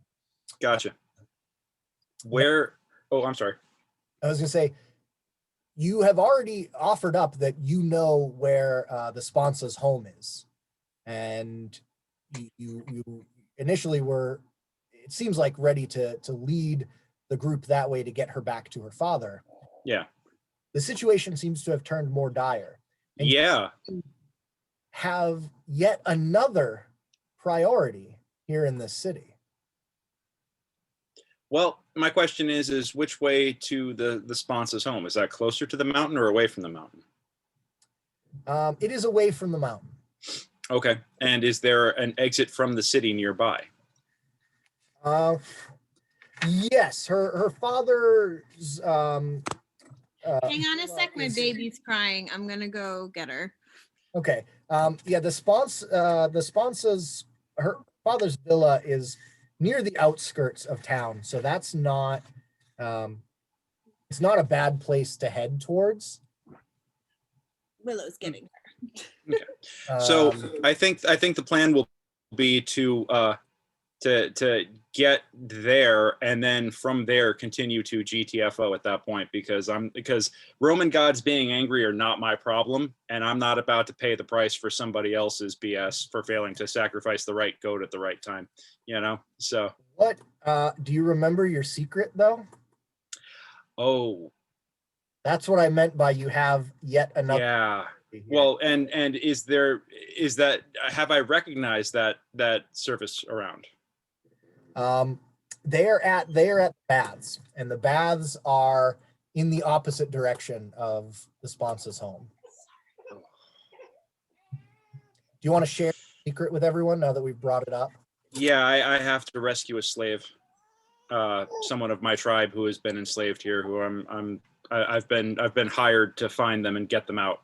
So And not just anyone. This person is related, a relative of your chief. yeah. So can't screw this one up. Okay, so I look at the Agricola and I go, nice place, top hill that way. Go. And then I go, see you at some point, and I take off towards the baths. All right, so Agricola, this crazy barbarian is now running towards the mountain that is exploding and spewing ash. On foot, still remarkably holding a leg of lamb. Yep. Or a leg of goat. Even after, being kicked by a donkey, and it's Never hit the ground once. It The never food hit didn't. the ground. It is now, however, being covered in a thin layer of ash. So it's not the most delicious thing if you take a bite. I feel like I'm like he said it's a nice place up there. I'm like, yeah, but where's the place I'm going? Well, I'm conscious now, right? Yep, the sponsor is conscious now, so she can also guide you. All right, so I guide him. I point, but everything's looking weird. I'm like, oh, it's that way, and then you take a left, and you take a right.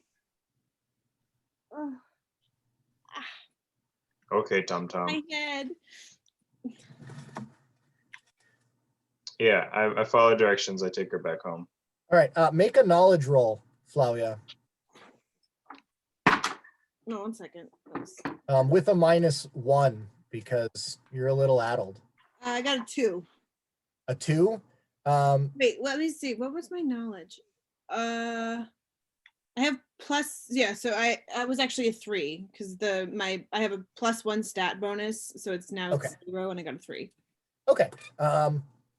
Yeah, you definitely. Everything looks different, so I can. Yeah, you don't lead him. You lead him in the right general direction, but rather than going towards your father's villa, which is near the outskirts and near one of the main thoroughfares in and out of the city, you lead him to a different villa that you have some relationship with the family there. My husband's or my husband. fiance's You villa. lead him to your husband's villa, exactly, which is significantly farther away from the main egress of the city. So you're not quite as close as you would have been. But you are still a little bit closer to the exit. You arrive there and your fiance, your future mother-in-law, runs out. Her arms full of jewelry and precious goods, and almost collides with the Agricola. Watch yourself there, madam. Is this yours? And you show her the sponsor. Yeah. Oh my dear thing! She drops all of the jewelry and fine clothing that she was carrying and runs to Flavia to embrace her. And she reties the bandage that's around her head and kind of makes everything a little bit better. Flavia, you feel a little less woozy after she tends to you. But you're still, I think, taking negatives to strength and speed, right? Yep. It's a -2 for the rest of the game. But you're now that fuzzy feeling starts to kind of go away, and you recognize that this is not your villa, and the exit to the city is in the other direction. Agricola, you, as far as you are concerned, has just you've delivered this injured woman, so she's not really your problem anymore. There's a bunch of very expensive things on the ground in front of you, and a lot of chaos and you still need to get out of the city. I want to turn to this woman and say, would you and your family like a ride out to the city? I have a good horse and an empty cart. Oh, yes, we'll pay you quite handsomely for the service. Oh, please. I mean, if you insist, of course, but Yeah, and she, some of her, the service servants come out along with her son and husband. They climb into the cart. The son immediately runs over to you, Flavia, intending to embrace you, and kind of stops when he sees your injury, and he's a little panicked. damaged goods. Actually doesn't Where's say my anything dog? to you. Where's Doesn't say my dog? anything to you, but climbs into the cart. Oof. So you are all back in the cart, and Agricola and his No, son. we can't go without my dog. I need my dog. Where's Aspelos? So that is our first round of actions. So now, Panafax, you and your family are making your way through the throng of people, getting jostled about. Make a speed roll. Hey, bring the baby back. That is a 2. A 2. So you're having a really rough time. Make a luck roll for me. 7. 7. So even though you are having a rough time, Hestia, you notice that a lot of children, a lot of families are kind of getting separated in this push, but your family manages to stay together. And in fact, your husband decides that it's probably best to put Hestia up on his shoulders. And while she's up there, she points out that there's an alleyway that appears to take you closer to the garum seller's home. And there doesn't seem to be that many people on it. Most people are kind of on this main roadway. So she's able to kind of pick out a path that you guys can make a little bit faster. It's going to take you a bit to get there because your leg is really acting up because you didn't get a great speed roll. But it looks like you're going to be able to overcome that by way of this shortcut. So you should get to about the same place that the other players are at by your next so this is your second. Second, yeah. Right. All right.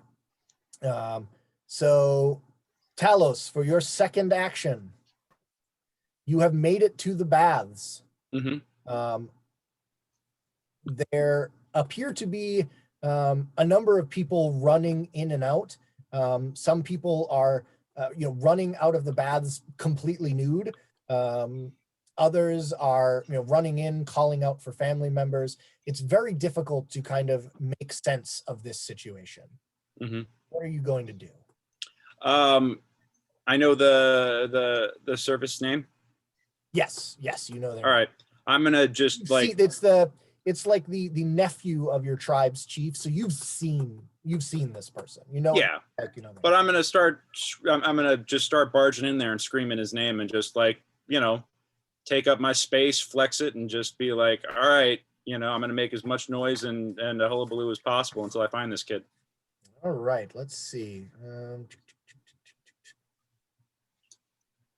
So convincing. See, I don't know if this would be a knowledge or a luck roll. Well, luck's my better stat, so. Yeah. Sarah, is there what would you most closely assign to something for like a charisma roll?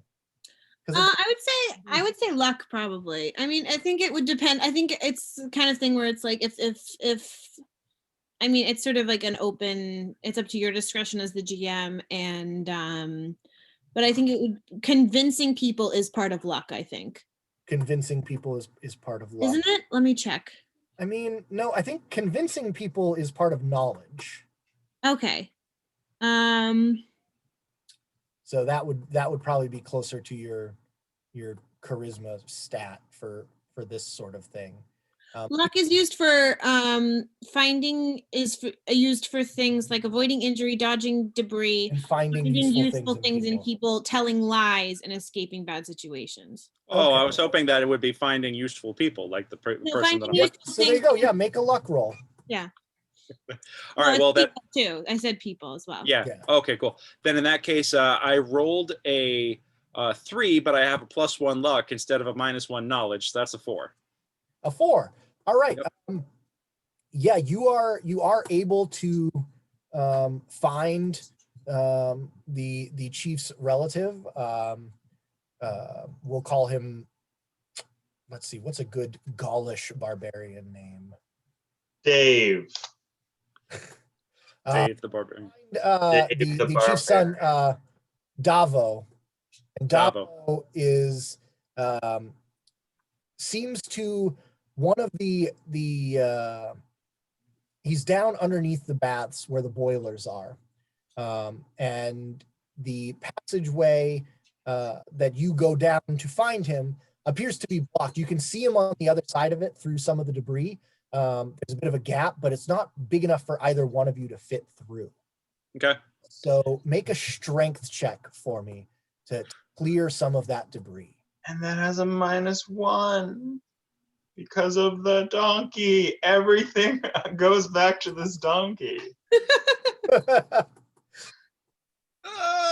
me see. Oh, I got Monkey, I ditched it. a 2. A 2. Yeah, so you start kind of pulling stones, but as you do, this pile of rubble and collapsing architecture starts to shift in really dangerous ways. Oh, the damn murder mule. You're first to stop and kind of step back. Okay. So you are concluding round 3 in a tunnel underneath a bathhouse. Oh, I'm dead. Yeah, I'll see you guys later. But who knows? You could roll Yeah, really true. well coming up. We'll see. Agricola, you have a whole cart full of patricians, nobles. You're quite wealthy at this point too. You've been given they hurriedly shoved a healthy sum of gold. Yeah, you just get my dowry, basically, right? Yes, good. It is good price for Agricola today. And so what do you do? Do you just start hauling butt to get out of the city?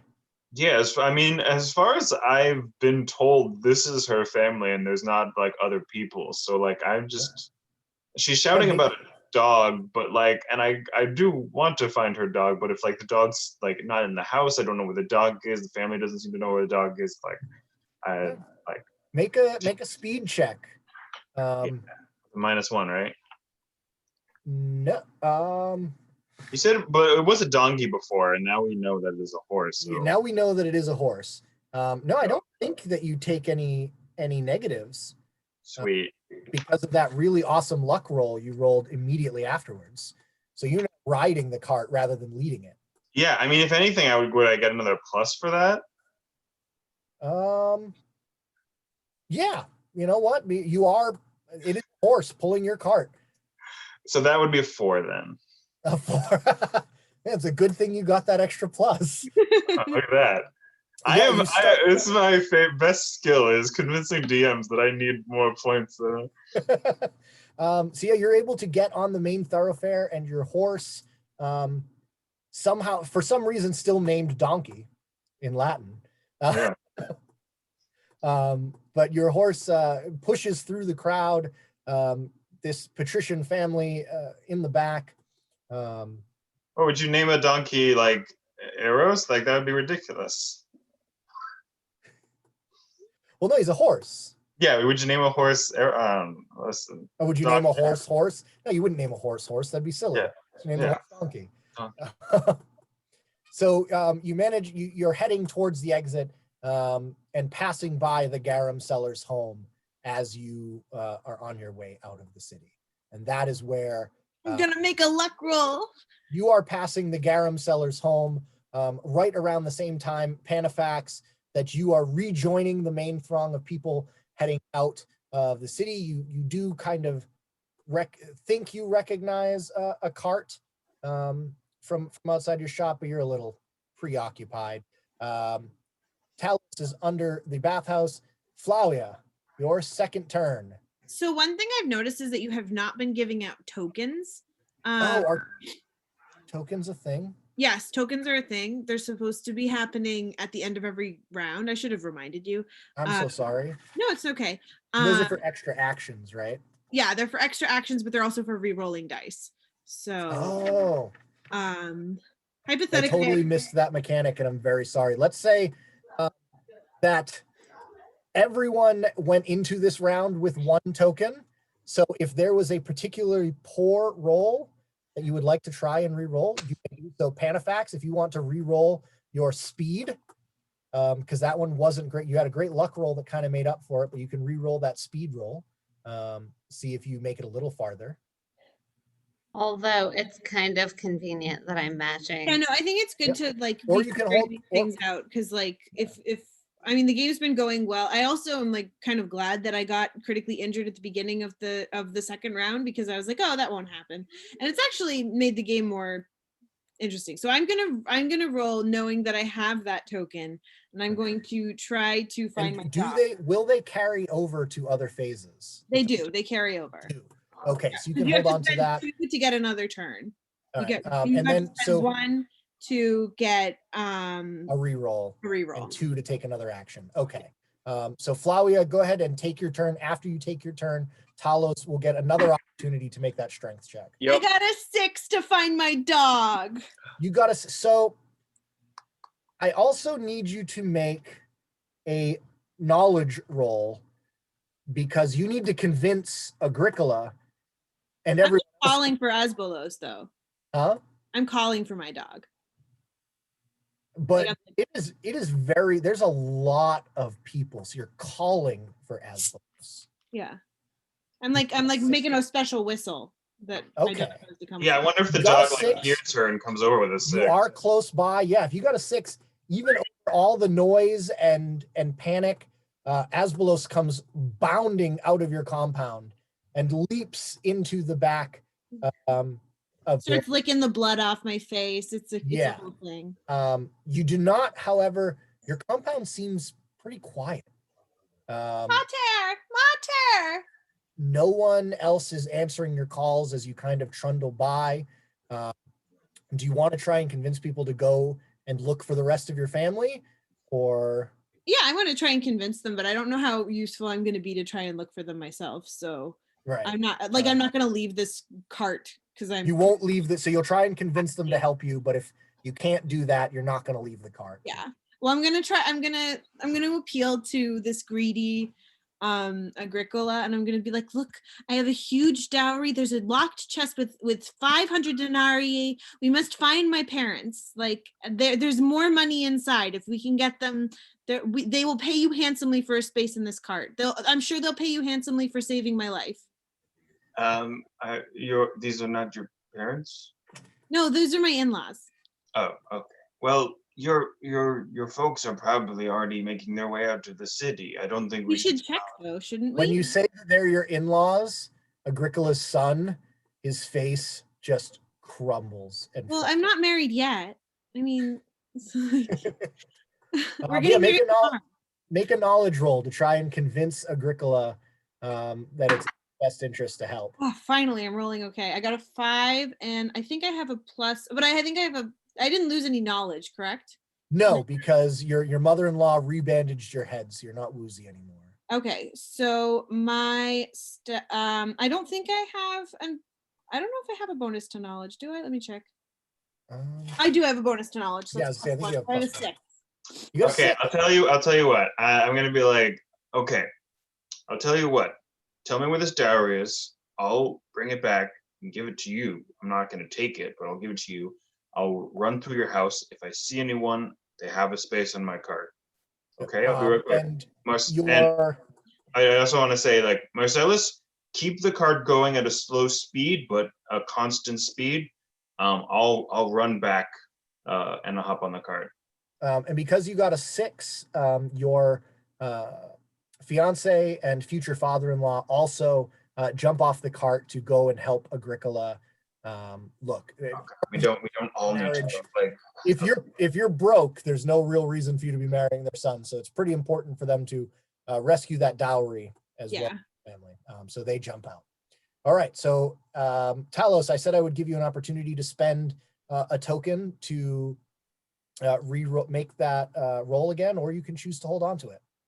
Oh, I'm totally spending it because otherwise I'm a dead man down in the pipes. I got a 5, and do I know that I've got the injury. Do I get my strength bonus or no? Yeah. You get your. I got a 6. So do you have a +2 to strength? Well, no, I rolled a 5 naturally, and then I've got a +1 strength because I've got a +2 speed. With a -1 for your injury. Okay, so I got a 5 then. So it cancels out. Sorry about that. Yeah, no worries. But you did get a 5.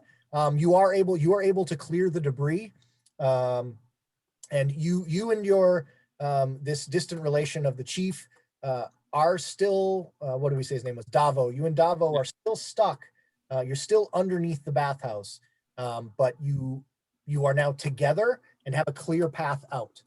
You're still pretty right in the city though. You're still in a lot of danger. Yeah. So as we move into phase 4. Danger's my middle name. And phase 4, everyone is going to need to make another luck roll because this is the inundation. Do we get any tokens from this round? I will give out tokens in just a moment. Okay. Now that I remember that they're a thing. The streets are clogged with people trying to escape with their belongings. The rocks and ash are falling from the sky, are beginning to pile higher and higher with no signs of stopping. Roofs begin to collapse under the weight. Stones and ash are knee-high or waist-high in some places. And the entire city is covered in a nightmarish darkness. It makes it hard to recognize the familiar city because everything, not only is it starting to get darker and darker, but everything is covered in this fine layer of ash. There's no contrast between anything anymore. So you guys are going to have 2 more turns to try and escape the city as it becomes more and more clogged with debris. And as now not just ash, but pirate stones, actual large stones are falling from the sky now. It is raining stones. So this is why we are going to have to make these luck rolls. So because I forced everyone to kind of make a difficult decision here in that last round. So I think I'm going to give everyone a token for making that difficult decision. Can I give out more than one? Yeah, you can give out however many you want. I'm going to give Talos 2 because not only did he make the hard decision to go back and rescue this slave, he also did so when it was very clear that it was going to put him in danger. He's actually running deeper into the city. So for that act of selflessness and bravery, I'll give you 2 tokens. Everybody else is going to have 1 to add to their stack. So I think that means everyone has 2 tokens right now. Well, I spent 1 to, or no, I actually didn't spend 1. Did I spend 1? No, I did not. No, you didn't spend 1. No. Because I think everyone currently has 2 tokens. So the way that the tokens work in this game, if at the end of a round you want to spend 2 tokens to get 1 additional action in this round, especially because the next round is so you just keep that in mind if you need to do something. Yeah, there's only 1 more round after this, so if you're in a bad spot, don't hoard your tokens because it's not going to be, you can't take it with you. So everybody make a luck roll and let's see. I got a 6. Nice. So I get to save somebody. Yes, I got a 7. A 7. What do you want? You get to save 2 people. Yeah. All right, Astra. I got a 3. A 3. All right, Talos. 7. 7. Nice. So Astra, you were struck in the head by one of these falling rocks. You are a bit confused and disoriented, so you're going to take a -1 on all your knowledge rolls going forward. Everybody else, though, fabulously. So not only are you unscathed, Agricola, you do manage, you and this the father-in-law and fiance manage to find the dowry chest and her mother and father. You all make it out of the villa. Are my mother and father injured? They're not. They've got a few scratches and bruises, but they're otherwise uninjured. Now with a 7, they're not. Yeah. So you get them back to your cart without losing too much time. Talos, luckily, Davo knows the city really, really well because he's been enslaved here for a while, and he's often sent on errands to different parts of the city. So he actually knows a way to travel. I'm trying to think. Sarah, did Pompeii have an underground system? It had an aqueduct, so you had an could aqueduct, get so that it was if you get raised. into the aqueduct. Was it a raised aqueduct or was No, it? part of it was underground. Okay, so he can. And the aqueduct was also like mostly dry because the earthquake disrupted the water flow. So he tells you, he knows that first earthquake did something because the water for the baths stopped flowing. But he knows a path down into the aqueduct underground. Basically, you come out of the bath and see that the streets are choked and clogged with people and stone and ash. And he says, I think I know a way underground that will get us outside the city. Sounds good. All right. And you manage to, there are a few other barbarian slaves in there that kind of join you. You're able to kind of gather them all up and marshal them. A small group of, I think there's 5 of you in total, start making your way through the tunnels under the city. Well, it's a shame that the city's about to get destroyed by a volcano, because otherwise I'd rise up and raid this place. And Flavia, let's see. So you, as your parents are climbing into the cart, you also notice the baker, her family kind of running out, and you see her get hit by one of these rocks and stumble. You instinctively reach out and grab her hand and pull her and her family up onto the cart. So everyone is on Agricola's cart. Well, it seems like this cart is pretty like heavily laden right Yeah, now. Like you have to that's what I was imagine gonna that a say. horse is pulling it. So I think only the injured should be allowed on the cart. Everybody else should walk behind it or in front. Is what I say to my parents. Get out of here. Get out of here, all right, so- perfectly able-bodied fiance. Yes. So we will start with your player turn, Sarah, because the cart it's still making its way through, but as the ash is piling up, it is becoming harder and harder for this horse. It's a pretty big cart. It's meant to hold a lot of trade goods. Yeah. The wheels There's definitely are room for getting more injured people too on this cart. If the horse is kind of pulling it through, and it's getting stuck in these ruts in what is rapidly kind of becoming this sludge. And I tell my dog, Asbelos, dig, dig, dig, dig, dig. And Asbelos like digs it out, little parts of it. Like, but it's going to be slower going if everyone tries to ride on the cart. yeah, I think I still need to ride on the cart because if I still have a pretty serious head injury, I don't think I can walk very well. Yeah. Or very So why don't you make a knowledge roll, Flavia, to convince again. Excellent. So yes, the able-bodied people That's a 7. realize that this is a good idea. They get out of the cart. Agricola, you are still riding because you need to guide the horse. I think I have Marcellus like holding the reins and leading the horse, and I'm standing sort of to the side because I'm like taller and bigger than him. And also like this is good like teaching him like I'm gonna be like, get these boxes, like get the fruit out of these boxes and put them over people's heads, like to use as like people with baskets on their heads. Yeah, baskets over our heads to like protect from the ashfall. If you want to pay for that fruit, you're welcome You can, to. yes, absolutely. And I just like chuck And the other able-bodied folks jump out, and they start kind of every time the cart gets caught in a rut, they all work together to kind of push it free.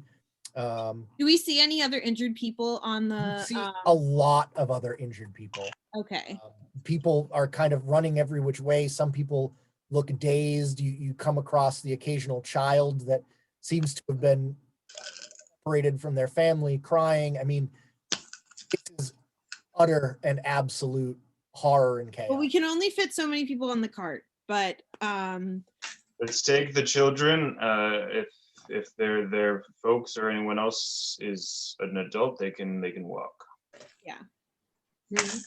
All right. And the children But- can walk too. I mean, really. So we're just we are there any people who are like? So the children, they really can't walk because, like I said, the ash is getting up to your hips in some places. All right, put the kids on the cart. Children are having a really hard time, and They're some, also lighter. while you're in the cart, people are constantly these baskets are really useful, honestly, for bailing out your cart as it fills up with ash. So you're kind of bailing as you go. More like bailing in front of the wheels. Make a luck roll to see just how many people you can identify and rescue. I got 4. A 4. Yeah, so you're able to kind of manage people so that you have a pretty good cadre of folks following this cart in a rather orderly manner. You're kind of used to giving orders and bossing people around. Yeah. And in this moment of panic, that's kind of what people are looking for. And so everyone's kind of doing what you ask, and you manage to get a good number of young and injured and elderly folks into the cart. Their families are helping kind of push Praise the cart. the gods! Praise the gods! We must please the gods by saving all the babies. So your first player turn is going very well. Great. Astra, you are one of these injured people that is riding in the cart with your broken leg and your mild concussion. Hestia is also in the cart with you, being a little too short. So what are you doing for this turn? I am also looking to identify other children in the area and to look ahead for obstructions in the road. I know there's a lot of people, but I'm specifically looking for anything that might appear dangerous. Yeah. So while you're doing this, it's really difficult to really make out anything too far ahead. But you notice that Hestia is kind of, she starts to cry.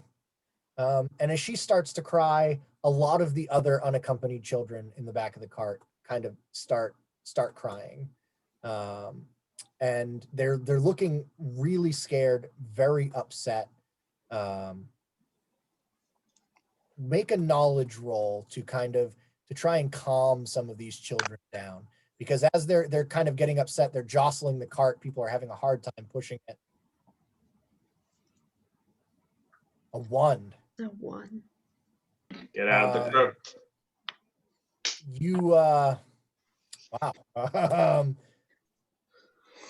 You just start yelling at these children. You're very overwhelmed, and you start yelling at them that they need to be quiet and sit still. There's no time for this. If you keep this up, you're just making it harder and harder for us all to get out. We're all going to die.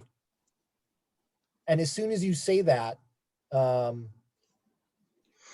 one of the kids that appears to be separate, that doesn't have family helping push the cart, starts crying for their mother and jumps off the cart and begins to wade through the ash, heading back the opposite direction towards the city, trying to find her parents. Agricola, what are you doing while all of this is happening? I want to I think quickly, and I look at Astra and I say, "Where's your mule? I don't see it around here." It's back in the barn. You left it? It was ill. Is it locked? It is.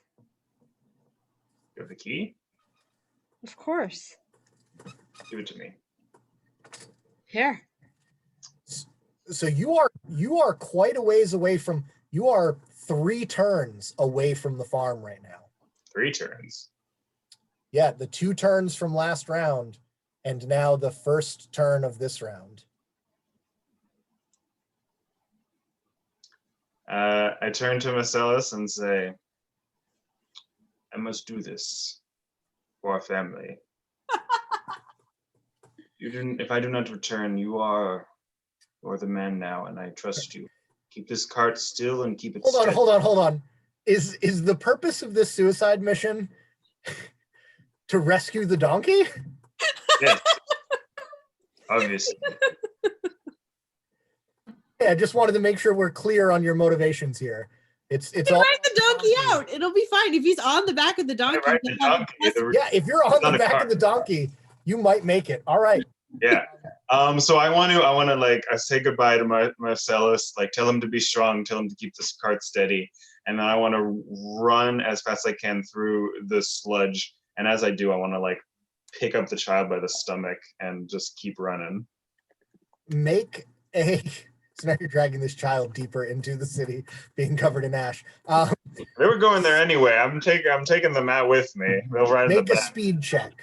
Make a speed check.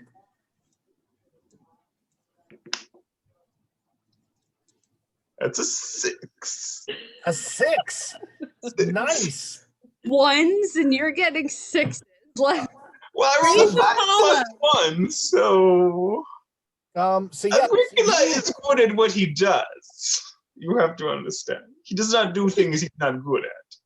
I'm changing so the name of this game to Donkey. so yeah, you chase after this child. The child is kind of weaving through, running in a panic, weaving through all these alleyways.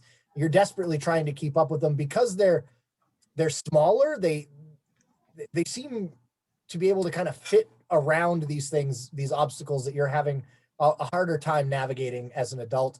When you finally catch up to them, though, you realize that you have taken the same side path that the Panafax did that kind of led her away from that main road, and you are not too far away from where her bakery is.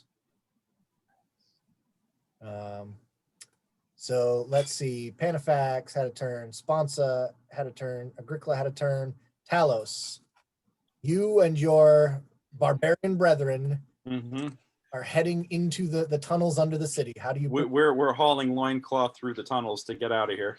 All right, make a speed check. Oh, that's the one that I'm good at.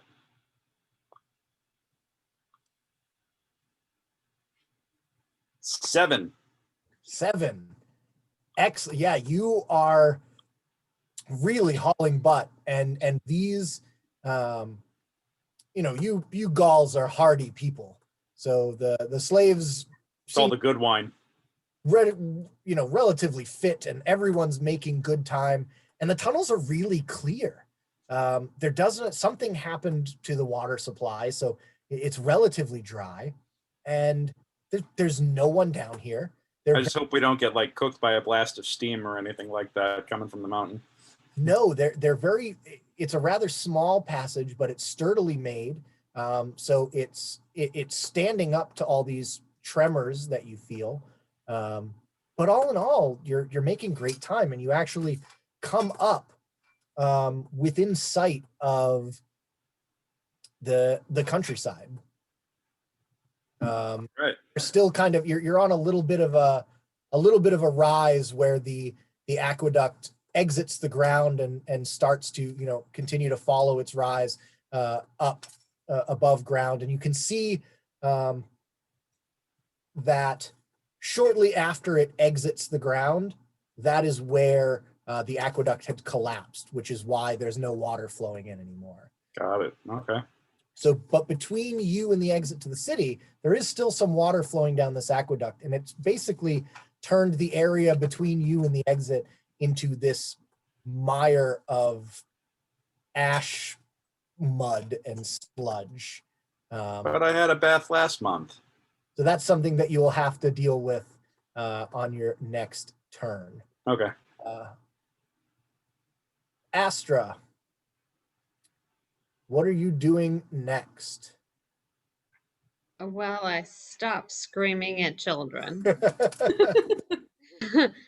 because that was overwhelming for us. Uh, and instead, I just try and like collect them all a little bit as I'm like apologizing frantically. Um, Good. Kids need to see you apologize when you've done wrong. That's important. right? You know, plus if this is the last thing they see, it's extra important. And then is our speed still significantly faster in the cart than walking? Yeah, because the horse is having a bit of an easier time than people. It is slowing down a bit. It's getting harder to breathe. But the people that are kind of pushing have the benefit of kind of the weight of the cart and the horse. So the horse is kind of leaving a much easier path to move through. So riding on the cart isn't super fast, but it's better than walking, and walking behind the cart is much better than walking anywhere else. Okay, I'm going to ask all of the kids to cover their faces with their tunics to hopefully make it a little bit easier for them to breathe and try and distract them so they're not looking at the disarray to the All side. right, make another knowledge roll. Woohoo! This time I got a 6. Yay! Excellent. So yeah, all the children kind of, they calm down and cover their mouths, and now that they're not breathing in ash and coughing, they are in a little bit of a better mood, and they start helping some of the injured people cover their mouths, and all around and start being a little bit more of a help rather than a hindrance. Marcellus also sees what you're doing back there and decides that he tears a piece off of his cloak and does the same thing to the horse. Tries his best to cover the horse's mouth. The horse definitely doesn't like it at first, but it's still a little better than it breathing in ash. So your speed actually increases a little bit. Awesome. And do I still I brought flasks with me. Do I still have them? Yep. You still have everything that you can carry with you. Perfect. I am going to pour just a little bit of liquid on the horse just to cool it down. Outstanding. Yeah, the horse really appreciates that. It's kind of shocking. You would almost forgotten what color the horse was, and as you pour this water over it, these rivulets of color start to streak through the somber gray that everything seems to be colored right now, and it's a really stark reminder of just how, as if everything else wasn't enough, this little insignificant thing kind of hits very hard as to the kind of danger you guys are in. Flavia, what are you going to do with your final turn? Am I able to walk at this point? I mean, you can. You're taking a -2 to speed and strength. Okay. So if you get off the cart, you are going to fall behind it. Okay. Then I think I'm gonna stay in the cart, and just try and like navigate us to the gate and get us out of the city. Just kind of guide people. Yeah. Or All like right, yeah, try and get out of there and like try and keep everything moving. Cause I mean, I don't know if there's much I can do if I'm this injured. Yeah. All I can really do is like what happens when we get to the gate? Is there anything I can say? Can I like throw money at people to like help clear the doorway or something? You can try. You're not quite at the gate yet, so that I think will be your next turn in the next round. But Well, because ideally, right, we'd get out of Pompeii and like try to get to like across the bay, honestly. Like, Right. and Well, so you guys are, so I'm trying to think of where Vesuvius is inland from Pompeii, right? yeah. So we want to try and get out of like as far away from but we're near the bay. We're actually very close to the Bay of Naples. So if we Okay. can go, Yeah, so basically you'd pass through the gates into kind of a dockside area that's not really within the city proper. So there are paths that will kind of, get you. You can either choose an inland path to try and get away still in your cart. There may very well be ships still more. that's what I want to do. I think I want to spend my I want to like forget about getting married. I want to take my dowry and maybe even like the Panafax's secret money. I mean, I don't know. That's metagaming. I want to spend my dowry to hire a boat, even if it's just like a fishing boat or with oars or whatever. I want to get as many of us into a boat and across the bay as possible. Okay, so that again, you're not quite there yet because do you have 2 or 1 turn in phase? We have 1 turn left. Oh, 1 turn left. Okay, yeah. So I will say that you have, thanks to Astra's help getting kind of the children settled and Marcellus being very adept at guiding the horse through all of this. That you guys, you do make it out of the city proper and towards this dockside area. There are a few ships in the bay that you can see. Most of them don't look very serviceable because ash and stones have weighed a lot of them down. Some are definitely waterlogged and don't look like they're getting anywhere. But there are a few of them that appear to still be floating and functional. But as every second passes, more and more people are kind of shoving off to get away from the city. Yeah, I want to try and get on one of those good boats. Make a luck roll. Okay. So you can make it to a useful boat. Ooh, I'm gonna re-roll that. All right, that's one of my tokens. I've still got 1 more. So no, you don't. That's your only token because you spent 1. Oh no, you didn't. You had 2. oh, that's okay.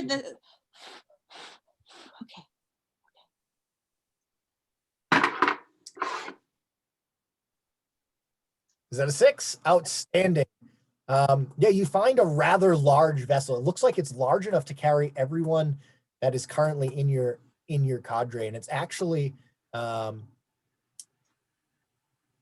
you recognize the ship. It's actually one of your father's. Yes. It's one. It's one of our fishing vessels. He doesn't own it, but he owns stock in the ship. So the captain knows who he is. They have a good working business relationship. Save the children. Put the children on first, and my dog, and me. So we end this round. No, Talos, you still have a second turn, and so does Agricola. My bad. Yeah. Okay. But I was gonna say, I need all the turns I can get, boy. and you guys are the ones that aren't with the cart. So the cart ends this phase, unloading onto a merchant vessel, hoping to push off into the Bay of Naples and get as far away from this cataclysm as possible. Agricola, Yo. you are close outside the Panafax's bakery, child in tow. You hear panicked braying. Oh Yeah, man, I want watch to- this murder mule just like ruin this. Yeah, I want to. this donkey to die. Are you kidding me? This donkey nearly killed me. I want to make my way around back. I want to use the key to open the door, sort of shield the child back as I open the door, and calm the donkey depending on what I see once I open the door. All right, yeah, make a luck roll. It's a 4. A 4. Yeah, luckily the roof has not collapsed. It's rather stout. A Panafax's home would need to be rather stout because any flimsy material a thatch roof is a fire hazard. So it's a very high quality home, and it's managed to survive for the most part. You make your way out into the courtyard, and there are drifts of ash about waist high, but because the donkey's in an enclosure, the donkey's enclosure is also seemingly undamaged. Just hide out here for the rest of the I'm not doing that. The donkey, however, is kind of still thrashing and panicky and foaming. Yeah, I want to try to calm it Knowledge down. roll to see if you know why this is happening. I feel like I know why it's happening. Can I roll to calm it down? Sure, that would also be knowledge. And because you do know that it was your grain, I'll give you a +1 to that knowledge roll.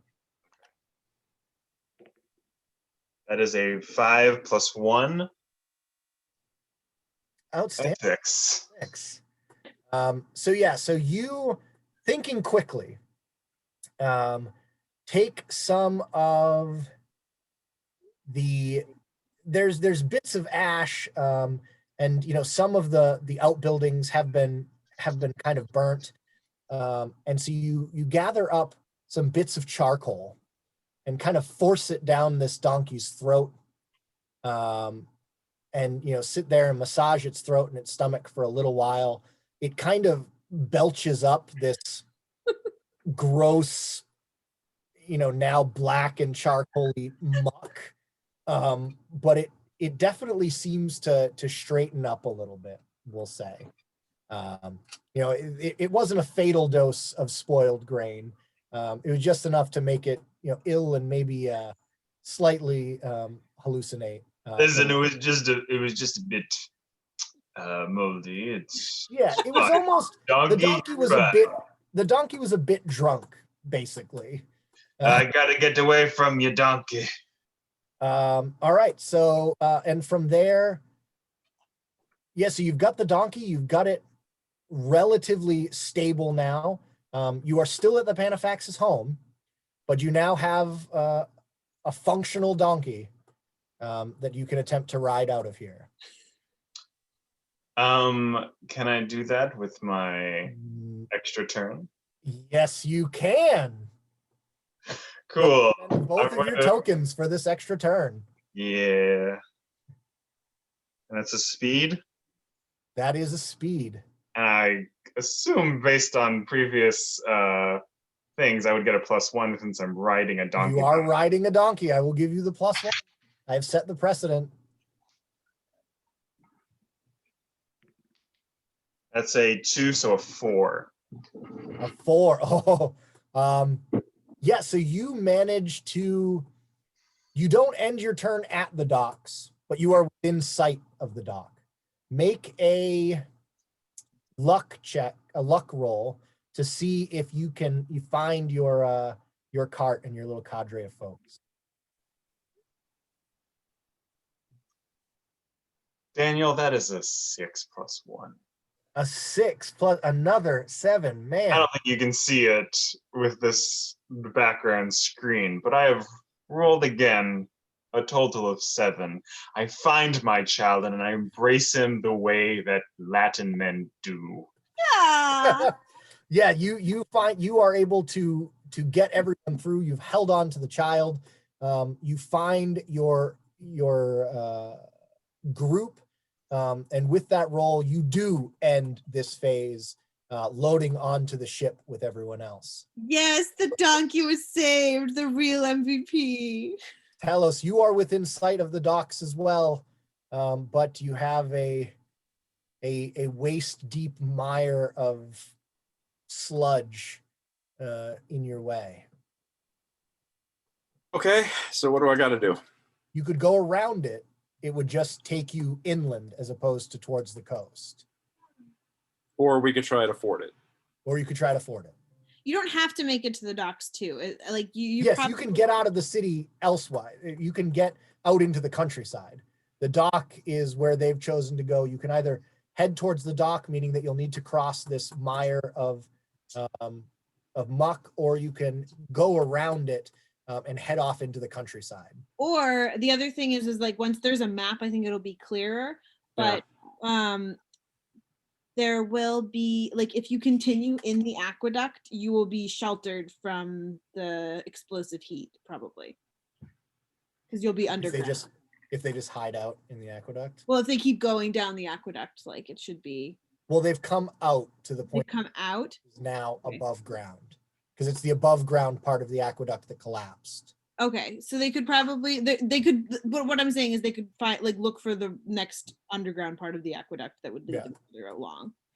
'Cause I think Yeah, the- if you ford this muck, you can either head towards the bay, or there is a point where the aqueduct, it looks like it does return underwater. It's going to be wet. There's actually water flowing through it now, Yeah.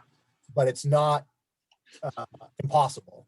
It's not like That's you have three options here. I've got three options, and they're all very, I don't think that my people are much of a seafaring people, so I don't trust boats.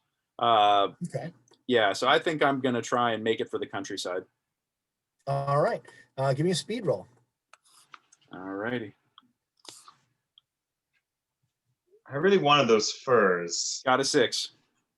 Got a 6. Excellent. Rolling Yeah. Well, Everyone's rolling really well. Right when it counts, too. It's the +2 that saved my ass on that one. That's the big one. So Yeah, but No, I saved the ass. yeah, yes you did. Yes you did. That is true. Yeah, so with a 6, yeah, not only do you manage to you get around this muck, but as you are make a luck roll and give yourself a +1 bonus. Okay. Well, I rolled a 1, but with a +1 bonus on top of my +1 bonus, I have a 3. Okay. So nothing bad happens, but the really good thing that I had thought of also will not happen for you. But you are able to make it. you have a token, you could re-roll. Actually, I do have a token. Yeah, you could re-roll. All right, let's give it a shot. I like luck. Luck is good. While he rolls that, Sarah, I have a question. If you re-roll something and it's worse than your last roll, do you get to take the last roll, or you just have to take the new one? What do you guys think? Again, this is a play test. I think you can take the old one. Yeah, I think you take the higher of the two. If you're spending something that you earned, you should. Yeah. Yeah, shouldn't get I punished think for it should be like rolling with advantage. Yeah. Yeah, I think so. That is a 7. That is a 7. So you come by a stable that has been abandoned, but Okay. you still appear to be horses in it. It appears to be in good repair, and there are just enough horses for you and your 4 companions. Done. So you end this phase while everyone else is climbing on board a boat. You and the other Gauls are mounted and riding out into the countryside. You are all not out of danger yet. Yeah. All in Well, just cue up Led positions. Zeppelin as we start hitting the hills here. Let's go. You're in pretty good positions to survive this. Knock on wood. So now we go into phase 5, Uh-oh. the pyroclastic cataclysm. As night falls, although That's the name of my metal Night is band, falling Pyroclastic because- Cataclysm. you can't really tell the night is falling because it's very dark already, but the darkness kind of, you almost feel it get deeper more than see it as night falls. The half-buried town faces an even more terrible fate. A wall of superheated ash, stone, and poisonous gases poured slowly from the top of the volcano, instantly killing everything and everyone in its path. Players are going to have one last turn to get to safety before the town is completely engulfed in volcanic death. If you have already escaped, you can organize help or try to get further away. You are all still, I'm going to say you are all still within the danger zone, but it shouldn't take too much for you to get out of there. It really comes down to the rolls that you make in this final turn. Good So token. if you have Got one. tokens, this is a good time to, there is no more game after this, so burn them if you got them. Use them or lose them. Hanifax, we'll Some start with third. you. You are still organizing we'll say you're still organizing the children on this ship, and the ship is getting ready to shove off.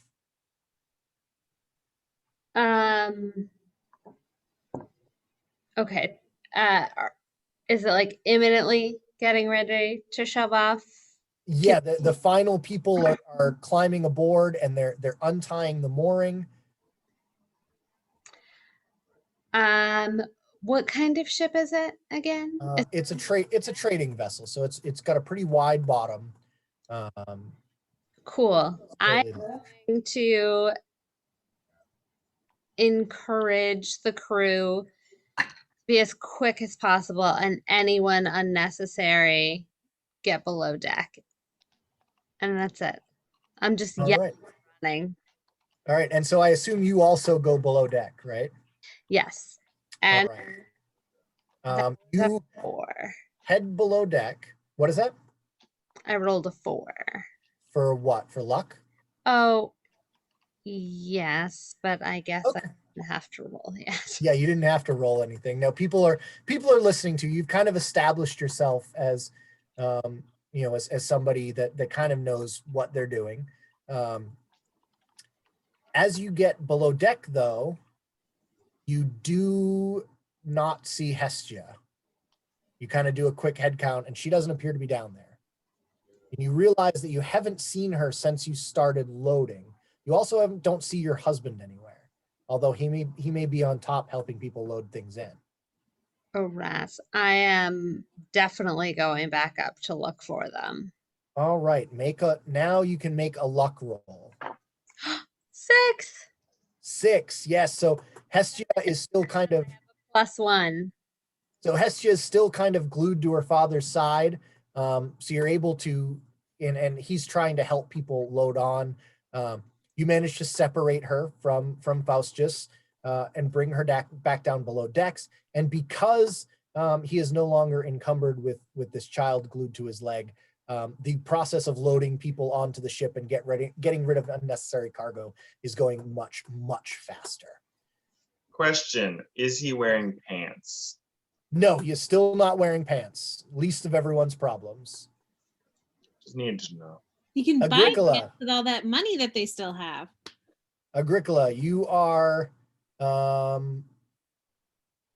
helping with the loading, I assume? Yes, making sure that like everything that like is mine. Like, is a card going on the ship? No. It No. probably shouldn't, but would you like the cart to go on the ship? Are you going to try and insist that it be loaded on? I think I would insist my horse come on, but not the cart. I can leave the cart. And what about But don't put the cart before the horse. all of the goods and gold and jewelry that you have acquired? I think I would load that on and put it in like a spot that's mine, kind of thing. Like, Okay. Make a strength check to see how much you can get loaded even with my son. with your son. That's I believe a 3. Yes. So you are not really able to get, you don't see Marcellus anywhere. So you're trying to unload this stuff. He ditched the cart and just ran onto the boat. You're not able to get much on. You get a few things on. You notice that the sponsor's dowry chest is still in the cart. And how much is in that? Is that 500 Oris? Mm-hmm. There are 500 gold Oris in a cart, in a chest. You can bring that onto the boat. But if you do, you will not have the time or energy to get the donkey onto the boat with you. Buy a lot of donkeys with 500 gold Oris. I could, but I did tell her that I would not take it. That is true. I told her I would get it for her and look for her family, but listen, I'm a businessman, but I'm not a con man. Like, I'm not going to take your money It's my dowry. Well, yeah, Yeah, and they've also promised you a significant portion of it as a reward. yeah, but it is not mine to take care of. It is hers, and I have worked hard for this donkey, and Agricola is a man who wants money to take care of himself, but he's a man of principle. He swindled someone, and this donkey like suffered for it. So this donkey is his problem. This dowry is not his problem. And maybe he can get it later, but like maybe he'll find it in the water. Maybe it'll still be here when he gets back, but it is not his problem. That is very noble. So you abandon the dowry chest, you get the donkey onto the ship, and get yourself stowed away. You do find Marcellus; he's safe, and the ship is preparing to shove off. Flavia, you are on the ship, sitting kind of stunned with your fiance to one side of you and Marcellus to the other side. Everyone's kind of quiet. Is my dog there? Your dog is there sitting in your lap. Okay. That's all I care about. I don't care about either of these boys. It's all about the No, dog. the dog is My kitty. I will also say it's not about nobility, it's about principle. Yeah. I mean, and we saved some kids, and Yeah. I mean, I'm probably still bleeding out through my skull, so I should probably like roll to see whether or not I have a stroke or whatever. I mean, it just said that in the rules you just take the permanent -2. That's true. So, I mean, I don't I don't have to die. necessarily want. What do you guys think about injuries progressing? Like as Well, I think we would save that for failures, really. I think that would be like Yeah. the penalty for failures. Yeah. Right, so actually, why don't you make a knowledge check as you kind of try and settle yourself in a place that's comfortable for your injury?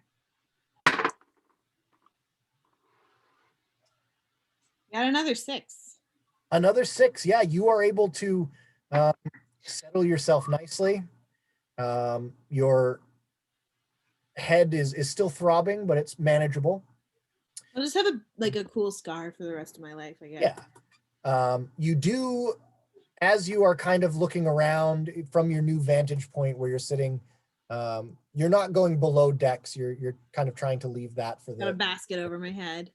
But you do notice that your dowry is still sitting on the cart as they're getting ready to push the boat away. I mean, I might try and tell these boys to go get it for me. Like, I mean, I got a 6, so like, I'm gonna say. Well, it's up to you what you choose to do. I mean, if you no longer have a dowry, you probably don't have to. Yeah, I don't want to get married, and I don't think I care about my dowry. I'm a rebellious teen, so I think I'm just gonna take the scar, and in the future, I'm gonna make my living like telling this story to people at fancy dinners and sort of.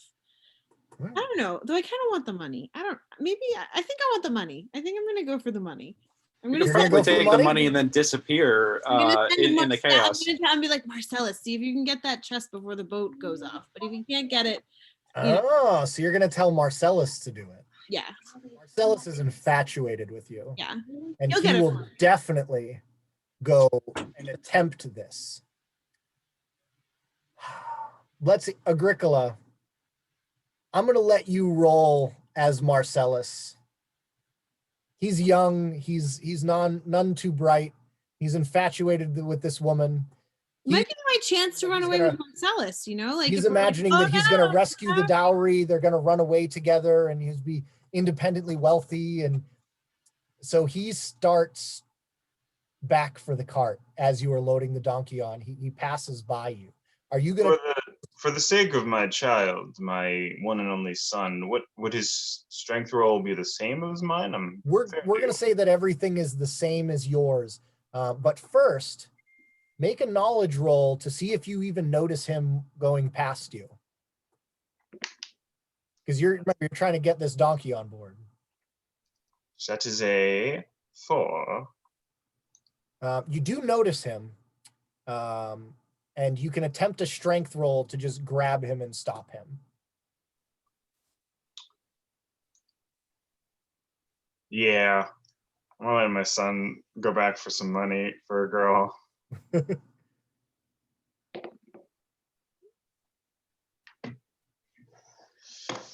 That's a 6. Yeah, you go. 5 plus 1. He right as he steps off the boat, you jump down and kind of grab him, and turn him away. But as you do so, you realize that, well, now there's two of you. You both grab the chest, and rather than trying to convince him not to do it, you just help him. You're able to get the dowry onto the boat. You're both on the boat safely.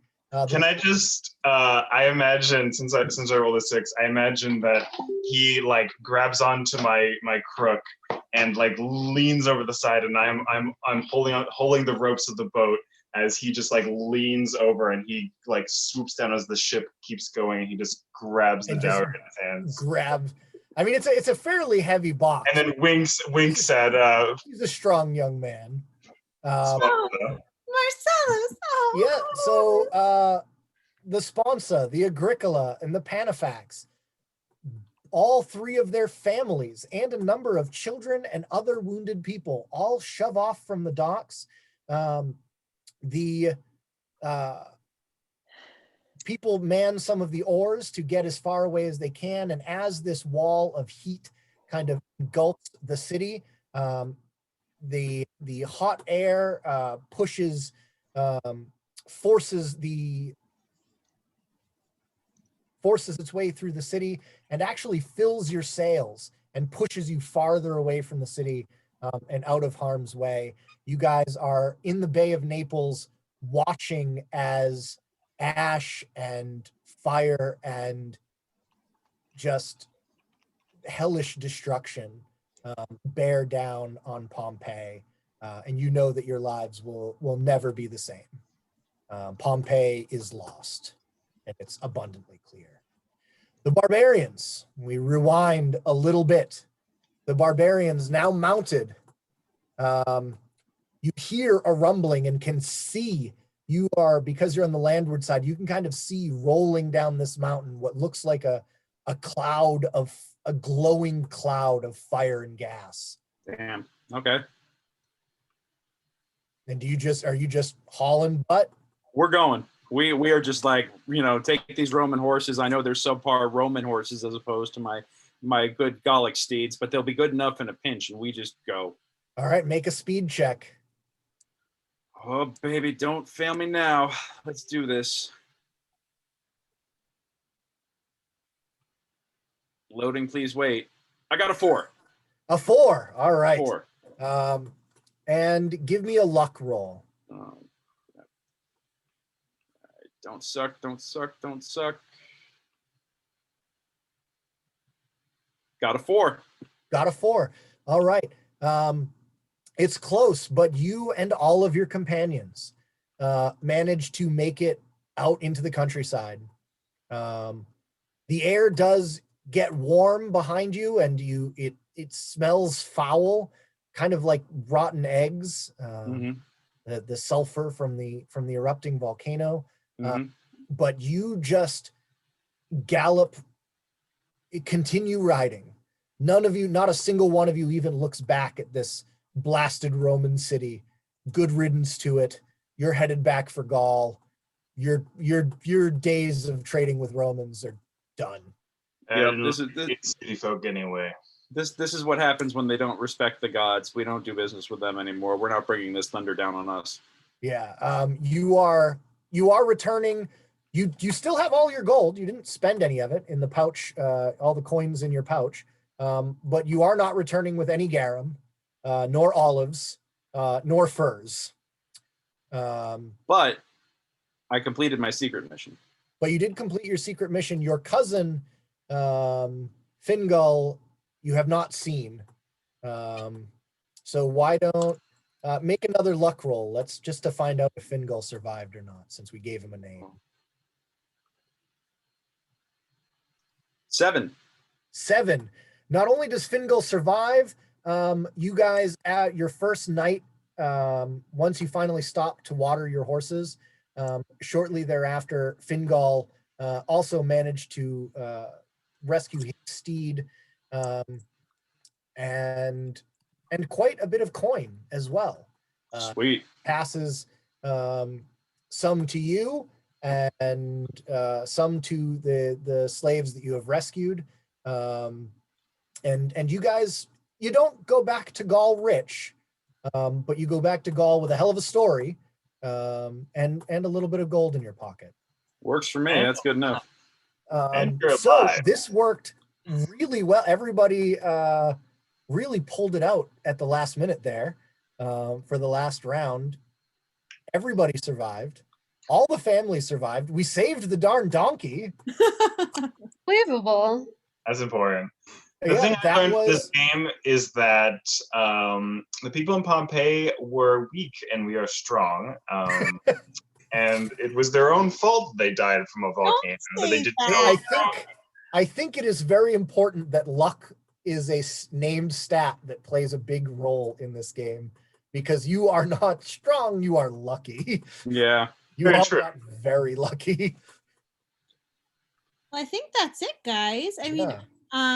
I think we wanna- everybody, yeah, it's been I think that was a really good play test. I learned a lot. I definitely need to make a map. And is there any other things that we need to talk about before we Yeah, end? let's do a quick like hot wash. Yeah. While it's I would say make it clear that you can that tokens give you advantage just in the writing. Yeah. I mean, don't say it like that, but you know what I mean. I think I like the fact that for a one-shot scenario, that the die rolls influence everything so heavily, and that it gives stakes. Like, rolling a 1 earlier, and you could have been dead like so quickly. It's just, Yeah. you have so many dramatic turns of fate in this system that it really does add a lot to the thrill. So. Well, thank you. Yeah. I'm glad you Yeah. liked it. I have almost an opposite opinion to I like that very much, as a mechanic for us playing it, but thinking of it, being played in a classroom of kids, Yeah, you that's could true. potentially have a kid with, well, and I guess even in the rules, it just says have them play another NPC. Mhm. But even that, it does kind of pull them out of the story a little bit. So maybe, I don't know if their stats should carry over to the NPC or something like that. No, they do. It says, I think it says in the book that if they just play an NPC with that their character was connected to with the same stats. Oh, it does say with the same stats. Okay. Yeah, I think it would be cool if if Agricola failed to get the donkey and I was playing Marcellus for the rest of the game. Yeah. And I was Yeah. just thinking of the way Flavia almost died right at the beginning. So having something else to give to a kid that, if the roles didn't work out that way. Well, I think also with it was also a motivation to save me too, and I think that was good because it meant that we were all super invested in the very beginning of it. Was that we Yeah. were all like, oh, we have to save this girl, which I think it worked as far as I can say. Yeah, no, I'm Make it trying clear to it just being anticipate. Yeah, I think Yeah, it's sure. also a little long, so I need to figure out a way to make it a little more digestible for a classroom. But I think I'm quite happy with how this went out, and I really appreciate all of your time. Thank you so much for helping and for playing, and I hope we can but I think it's time to go. So I Yeah. hope you all have a good night. Everybody who's watching, thank you so much for joining us. Yeah, thank you Yeah. so much. You guys were Thank you guys. Daniel, play great game, man. What you've ran it really Yeah, well. thank you so much, Dan. That was awesome. I Yeah. had so much fun. This is a really cool system, Sarah. And of course, we thought Dan was a great GM and you'd like You should totally Dan. book him. Yeah. I don't know if I have a GM for hire profile or not. Oh well, you totally should after this. Because technically, I'm on the programs team. I'm not Send actually. him a private message on AIM. Or if there's How any you- educator, book him to run this game for your classroom. That is true. I can show up in full Roman armor to run a game about Pompeii. I love it. Cool. Bye, everybody. Bye. Bye, y'all. everyone. Thank you so much. Thank you.